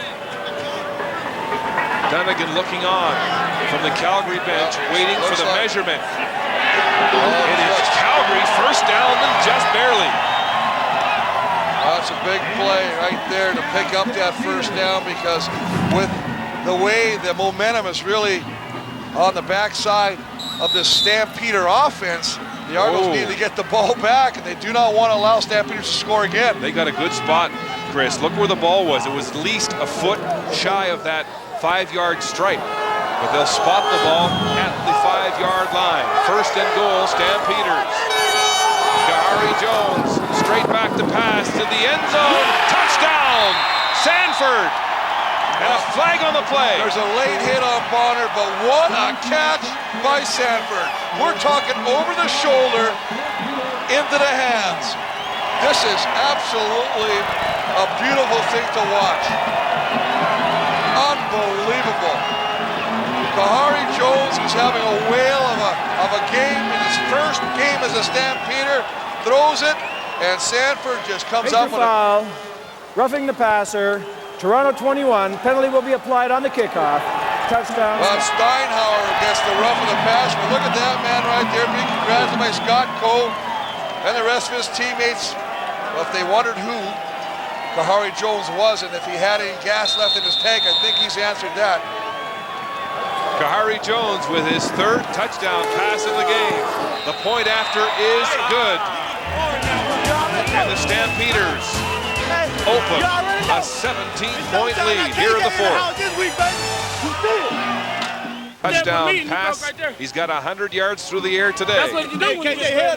And his third touchdown of the season. The rookie out of Middle Tennessee State. Wow, I tell you what, we get a chance after the kickoff. Take a look at that catch. That was one of the better catches I've seen this season. Great concentration to haul that one in. Boy. Clinton Greathouse to kick off the Argo special teams game. Not a factor this afternoon, as Greathouse kicks it high and deep. Livingston back and drops it in the end zone 10 yards deep. This will be only his second return of the game. He gets a block waiting outside. Now some room, a flag on the play as Livingston goes down the sideline. He's caught from behind. Brings it out. Flags all over the place. But flags are down. Well, I think they're going to bring this one back as he turned the corner. The flag was thrown. They're going to call holding against the Argonauts. The flag was thrown when Livingston was in the end zone as he waited for the Argos to set up the wall. Well, there's going to be 2 penalties. I believe they got the Stampeders for an infraction as well. See both. There's Mike O'Shea, the Argonaut captain, discussing with it. Scott Dybert, the offside. Calgary special team captain. 34, holding. Toronto 84. We're going to re-kick 5 yards up. Well, Bonaventure. A second chance for the special teams, but how about Kahari Jones? Well, let's take a look at this penalty, Mark. First off, I want to see, this is Jonathan Brown, the defensive end. Look at this little game we're playing here on the Argos. Now here's the blitz. There's Steinhauer, the safety. Now as we run this play, look where the safety is. Now he's got to get back. I can't believe that he doesn't get farther back, but that's one-on-one coverage. It ends up being double coverage as Kenny Wheaton has got Sanford, but what an incredible catch. Kahari Jones delivers that football. You can't believe 81 comes up with the catch. He's got double coverage because Mike O'Shea's got to stay in the middle. He's got to drop back late. So there's basically 2 defenders there, and he threads the needle. Once again, a 6-yard pass, Mark. Matt Dunnigan saying Kahari Jones is just one piece of the puzzle, but he said he was trying to send a signal to the football fans of Calgary to give them a glimpse of what to expect next year with this season already lost, and Kahari Jones has responded with 3 touchdown passes today against this Argo defense. A defense that is rated second against the pass. A confident Kahari Jones playing for the first time in 6 weeks since injuring his shoulder, for the first time in 3 weeks since being traded by the Winnipeg Blue Bombers. Great House again with a big deep kick. 15 yards deep into the end zone, and Livingston surrounded. Scott Coe there first. Livingston, rope-a-doping, then they get him.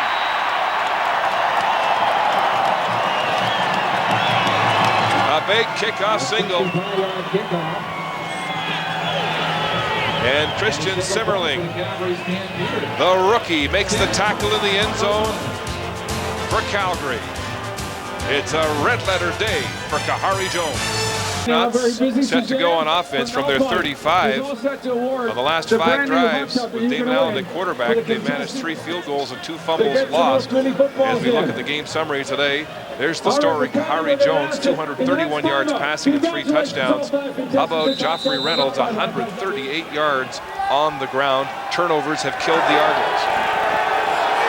First down. 6 receivers set.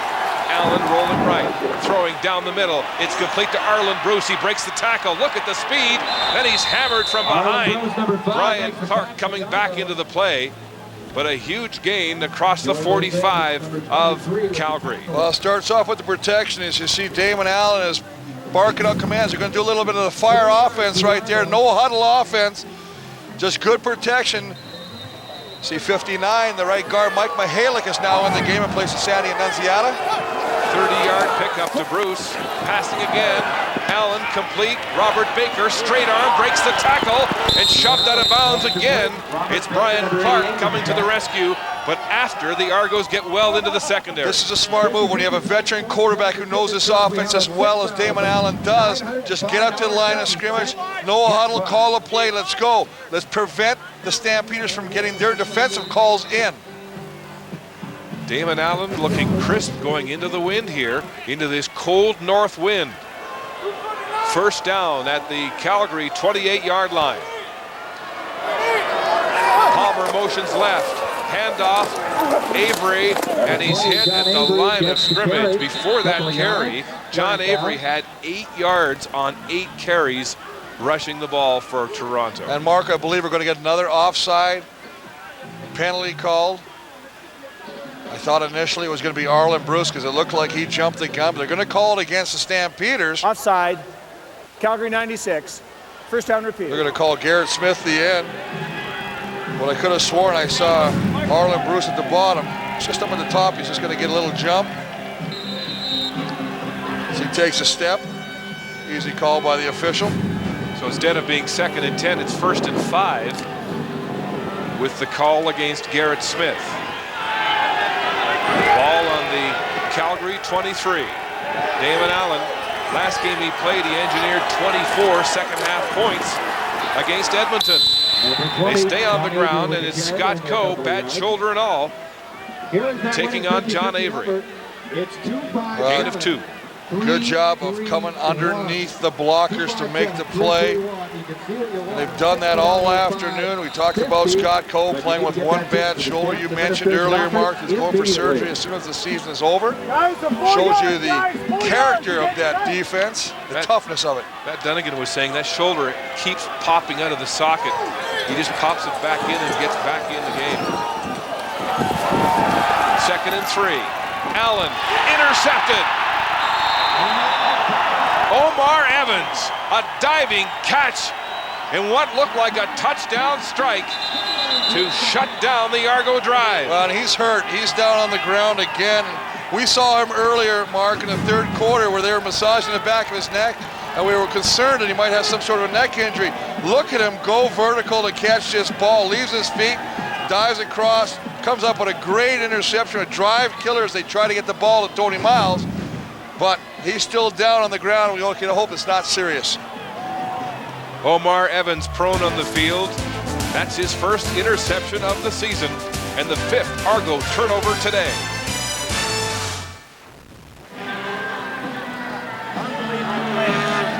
Omar Evans being helped to the Calgary sideline after his first interception of the year. He doesn't get many interceptions each season, Chris, because he plays that weak side corner, but few quarterbacks dare to come his way. That time he made a circus catch to pick off Damon Allen, covering Tony Miles.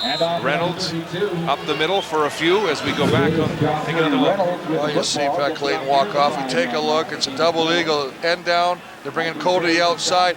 Now, if you take a look to see where that ball's thrown, the ball has to be thrown a little farther away or deeper to allow the receiver, Tony Miles, to run under it. The fact that it's a little short or back allows Omar Evans to come and make an exceptional effort on that football, come up with an interception. Boy, you can see as he goes down, he bangs his back of his head hard on that turf.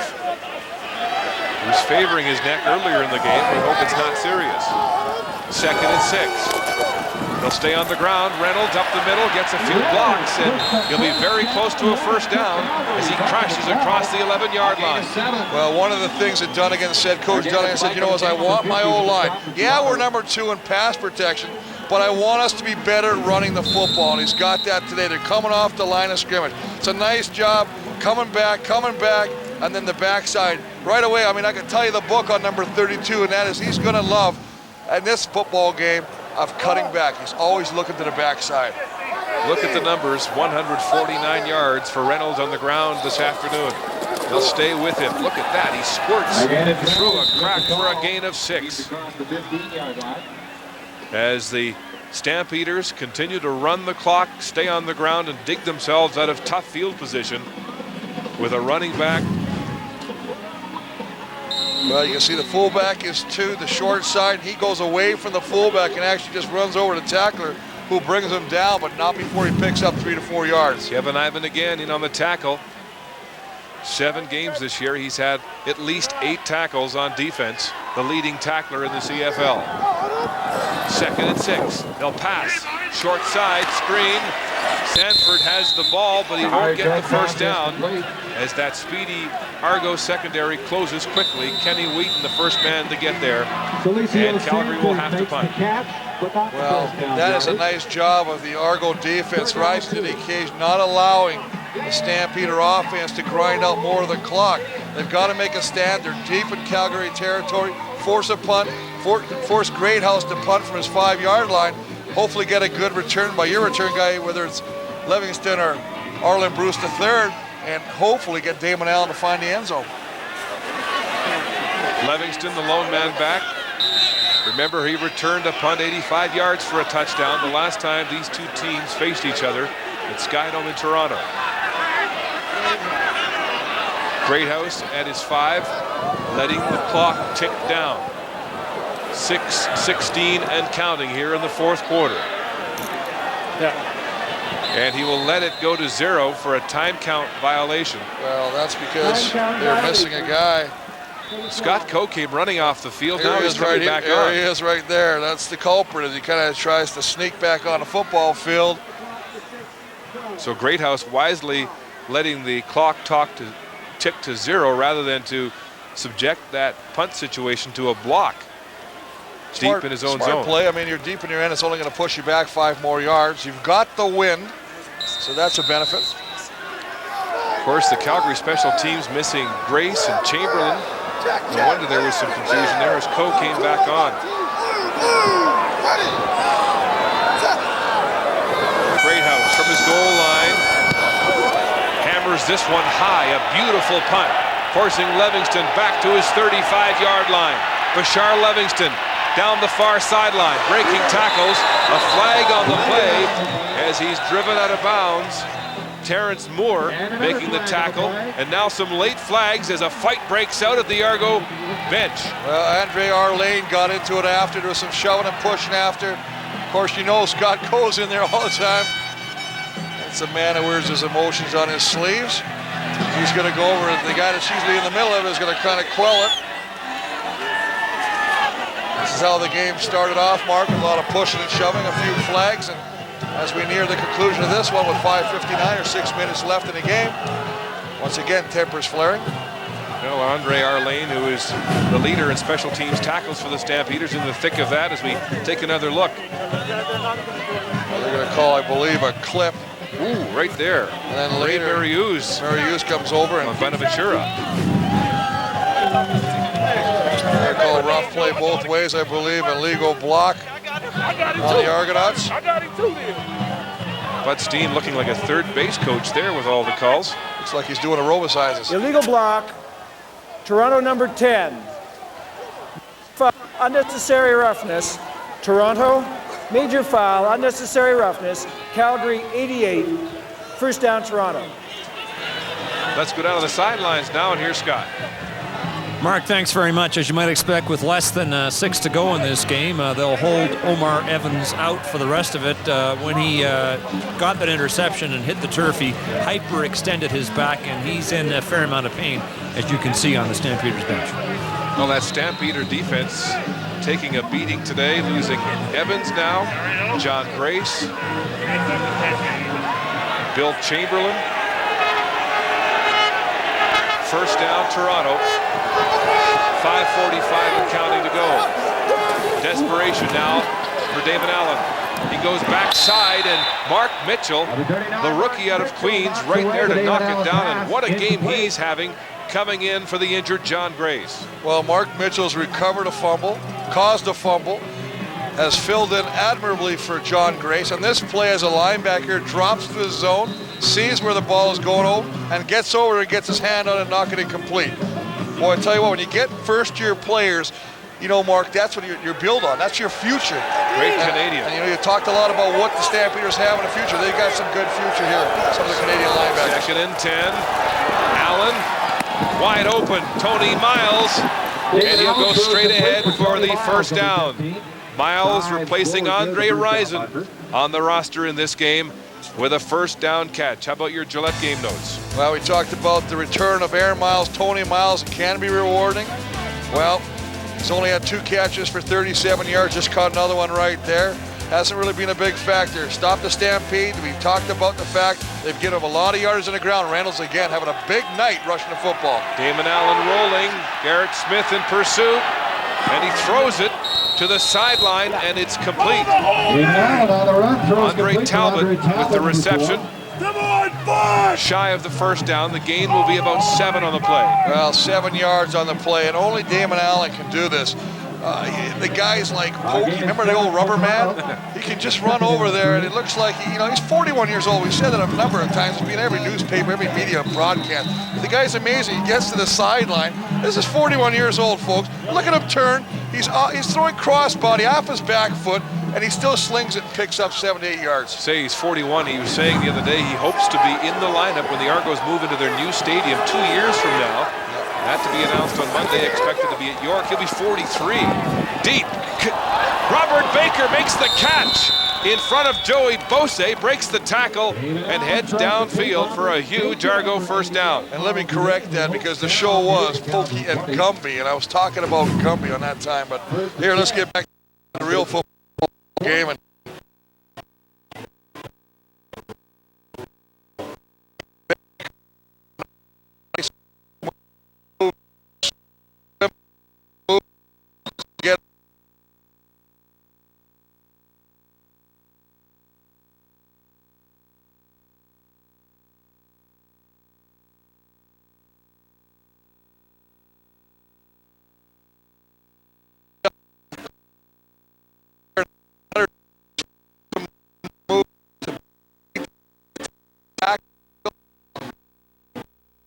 once again, the Argos are inside the 25-yard line of the Stampeders, but what can they do with it? They had to settle for field goals earlier. 34-yard pickup by Robert Baker, the touchdown maker. 3:23 to go and ticking. Damon Allen, trouble, airs it out in the flats. John Avery surrounded by Scott Coe and Joey Bose, and the gain will be about 3 on the play. Well, I think Scott Coe, look at him. Look at Scott Coe get up here. We talked about his arm. I mean, the arm is hanging there. It's literally hanging off his right shoulder. I mean, he doesn't come out of the game. What a warrior. Should have had surgery after week 3, postponing it to the end of the season. He's already got a date with the operating room on November the 2nd. 2nd and 7 Argos. Damon Allen facing a 3-man rush. They drop 9 to the end zone. Intercepted on the goal line. Terrence Moore, the safety, brings it back down the far sideline. Gets a block. Still going, laboring, and knocked out of bounds, leaking oil at the 45. You know what, Mark? I have to give you that one. That was pretty good when you said he was laboring, because you would think a guy that's 6'3", 200 pounds, you know, he's got some wheels playing that free safety position. Penalties declined. They're going to call Bernard Williams of Toronto for Calgary. holding, so this interception will stand, but you described it to a T. Big number 3 just losing oil and kind of crashing, seizing up. Scott Coe still down. The Argos turn it over for the 6th time this afternoon. 6 turnovers, 3 interceptions, 3 fumbles by the Argos. The story of the day, as Kahari Jones has been prolific. Nice job. There's Terrence Moore getting his win back sorry after a romp 61 yards, to get another one for that bringing guard. back his first interception in the CFL to the 51-yard line. Jones on the ground. Joffrey Reynolds, look at the way he busts through those tackles for a gain of 8. And we'll show you that interception again. And I'm not sure if we have time to show it in slow-mo. Well, he just drops back and he's trying to hit Michael Palmer now. There's Michael Palmer. He's going to come on your screen. Now, freeze right there. And you can see here's Palmer. This is where he's trying to throw the football. There's the football, so obviously he overthrows it.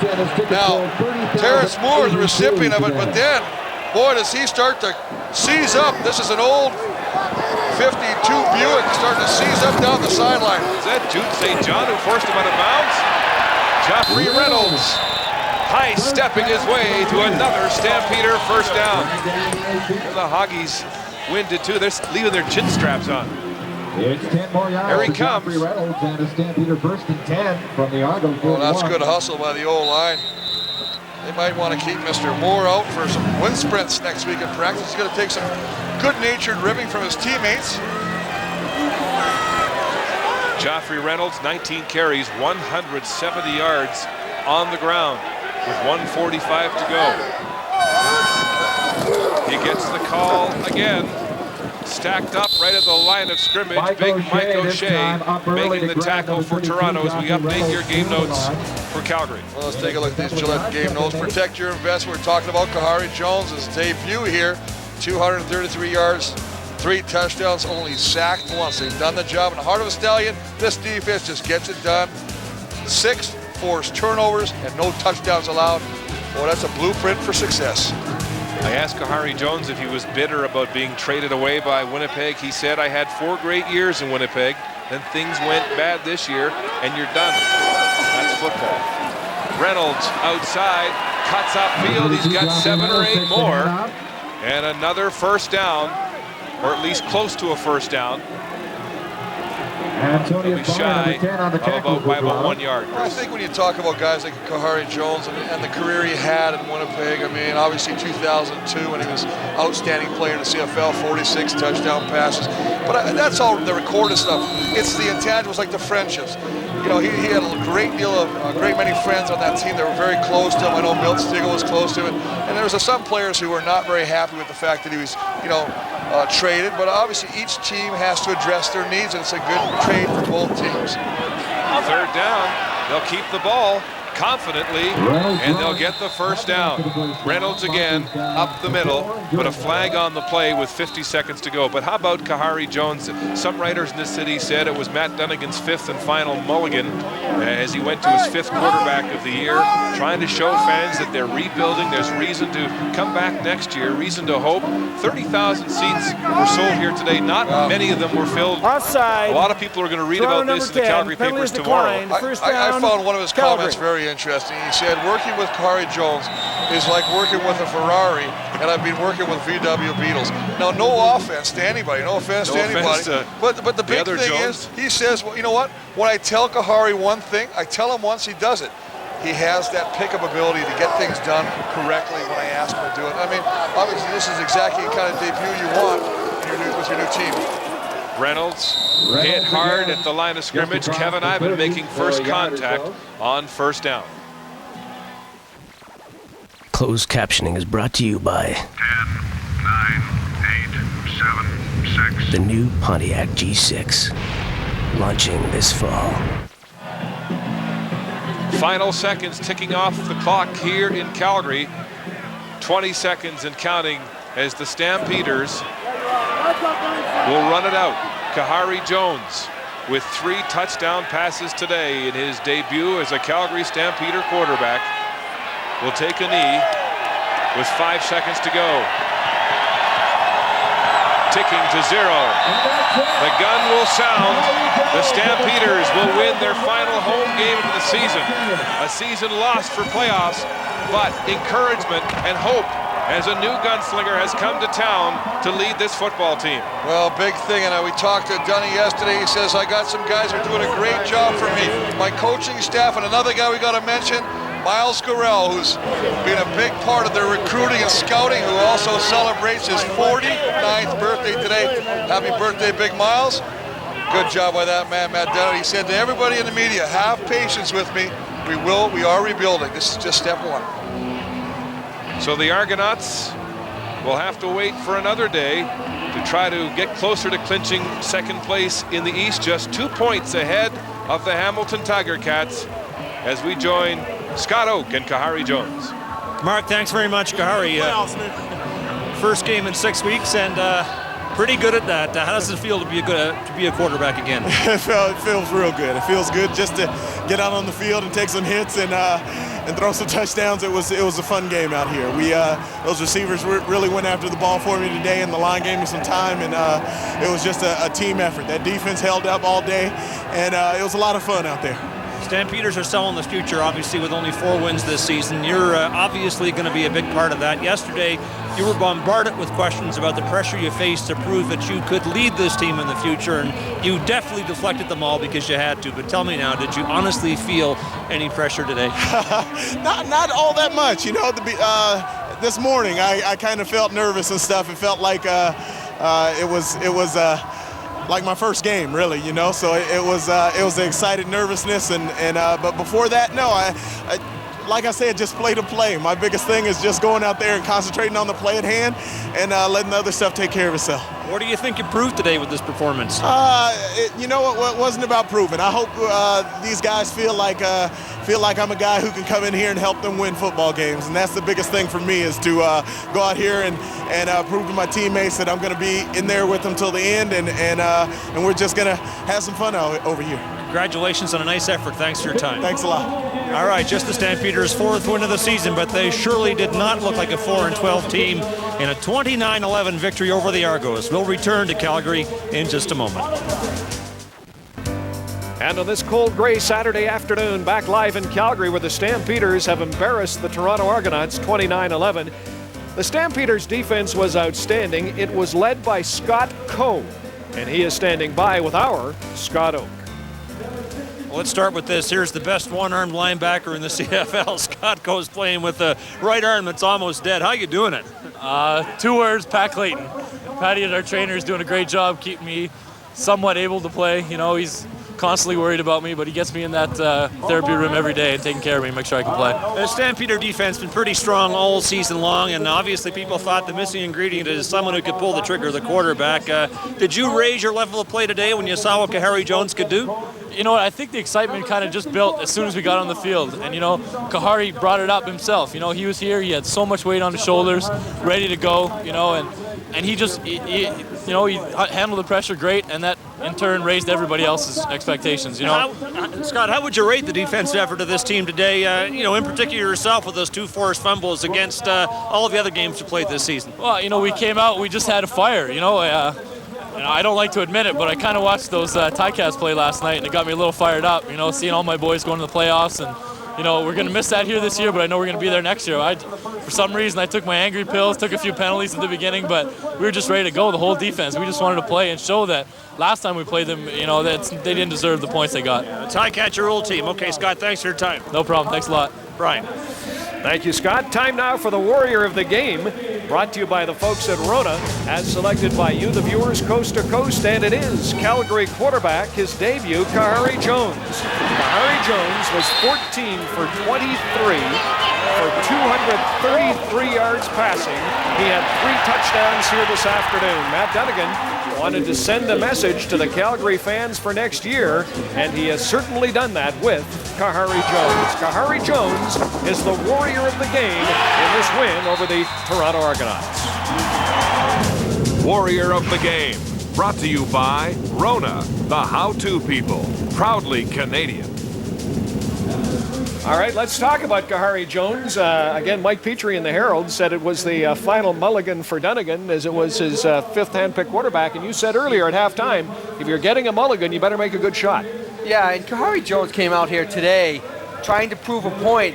But boy, he was playing one of the best defenses throughout the year in the league, and these Argonauts, especially against the pass. And he was so calm under pressure today. Took a lot of hits, kept getting himself up off the ground and moved the offense. And I just think that calmness and composure in the huddle and behind the center was big for Calgary Yeah, and today. you saw the highlights. I mean, Toronto was blitzing him all afternoon, and he was standing in there, taking hits, throwing it on at the last second, making completions. Then you heard the receivers as they were coming off onto the sidelines. Oh, it's Kahari Jones just laying it in there. And they believe in this guy. He's a leader for them. He's going to be able to take them further than where they have been in the past. And I mentioned it at the beginning of the show. I said that Kahari was going to be the X factor that completed this package. And today we saw the reason why Matt Dunnigan was willing to trade the guys that he did to get him. They already had good receivers. They now have good running backs. And Kahari Jones completes it. And let's be fair. Let's give some credit to Matt Dunnigan. A lot of people second-guessed him and said, why didn't he wait till the end of the season when he could have got Kahari Jones virtually for nothing? Matt Dunnigan showed why he made the trade here today. A lot of turnovers for Toronto, but really it should not be surprising given this defense that Calgary has. No, we mentioned that at the beginning of the game. They had created 51 turnovers, which was tops in the league. So they create 6 turnovers today. They get 3 interceptions, 3 fumbles, 1 here by Scott Coe, and it gives them 57 on the season, which leads the league. Defensively, all year, Calgary's been doing this. And the very last interception that Damon has is because he's got a defender sitting in his lap just as he's about to release the ball, which causes him to fall backwards. He floats it up, and the defender's able to make the interception on it. And really, this is something that this Calgary defense has done all season long. They came into this game at par takeaway with the Montreal Alouettes, but it's the giveaways, and that was the big goose egg. That was the difference in this game, is that Calgary did not turn the ball over, and that's why they had some success. I watched with Moore there, running down the field like an offensive lineman. He's like tracked down by an offensive lineman. He's got a piano on his back. All right, let's have a quick word on Damon Allen. We've talked about Kahari Jones. You said to me just prior to the interception here in the fourth quarter, you leaned over and said, I've been very impressed with him. I thought Damon Allen played really well, except for that last ball that just sailed him a little bit. He had a tight ball tonight. He threw the ball well. He completed his first 12 or 13 passes. I thought he played really well. Damon Allen football, but boy, at the end, turnovers. Damon doesn't do that too often. I think that was part of where the rest of his crew has to get with him. I felt Damon as well had a great game today. This is the reason why they wanted to bring him back quickly. But unfortunately, he got let down by his front line a few times today, and that's the difference in the game. Now, Greg, it's Millington who wants to talk about the running backs, but you want to talk about Joffrey Reynolds, who had a huge game today, 23 carries for 182 yards. And what did Calgary say about the running game early in the season? Yeah, that would be a wasted down, is what they said before. Right. Let's have a look at Joffrey Reynolds. Well, when we talked about it at the beginning of the game, Toronto is giving up on average 136 yards per game. So I knew going in that this man Reynolds is going to have a big game, but the problem with Toronto is that they were not making tackles. They were really shoddy in getting them on the ground after 5-6 yards, and that's why he turned it into the big game. And Greg, what does this mean for Toronto next week? They faced Reynolds today, who had a big game against them, but they face the league's best rusher next week, Troy Davis, and Hamilton in a huge game, which has implications about finishing second and hosting the first playoff game. I mean, I'd say that they're going to be in a world of hurt. They can't afford to keep giving up this kind of yardage on the ground, because now it's really starting to burn them. We're coming down to the playoff time, crunch time. Teams are really pressing, and their lack of an offense is making it critical that they not allow other teams to march out those kind of yards and control the clock in that fashion. Now, what about John Avery? Speaking of running backs, 9 carries today for only 10 yards. John Avery's... he's struggling right now, and I think not a good day at the office. The challenge that John Avery's having right now is he's totally lost his confidence. I mean, he's not seeing any seams. There's a play there where he could have gone go outside the left tackle. He totally misses it. Your vision shuts down as a running back when you start feeling like, I got to start proving something. I got to make something happen. An issue for this Toronto Argonaut offense is that this is the second game that they have not scored a touchdown. They're being held to field goals, and you cannot win games going forwards if you're held just to field goals. Well, the Toronto Argonauts now still only leading the Hamilton Ticats by 2 points. And again, remember, the Ticats play at Skydome in Toronto on Thursday. Just a reminder, TSN has a couple of huge games tomorrow afternoon. The Edmonton Eskimos at Taylor Field, Regina to take on the Saskatchewan Roughriders, and the BC Lions in Montreal to meet the Alouettes. Nick Lewis is celebrating, as is Kahari Jones, and for good reasons. Calgary wins big.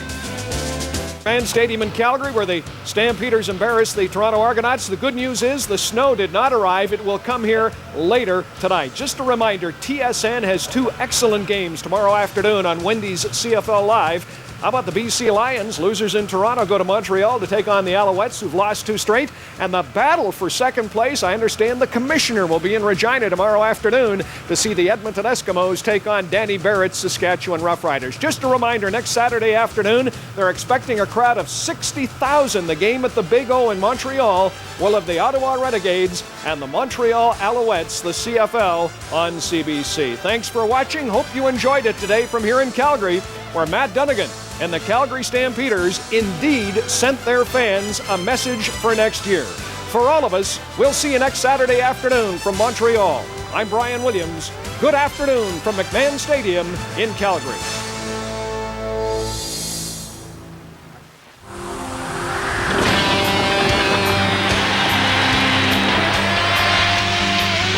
CBC Sports, Canada's Olympic Network.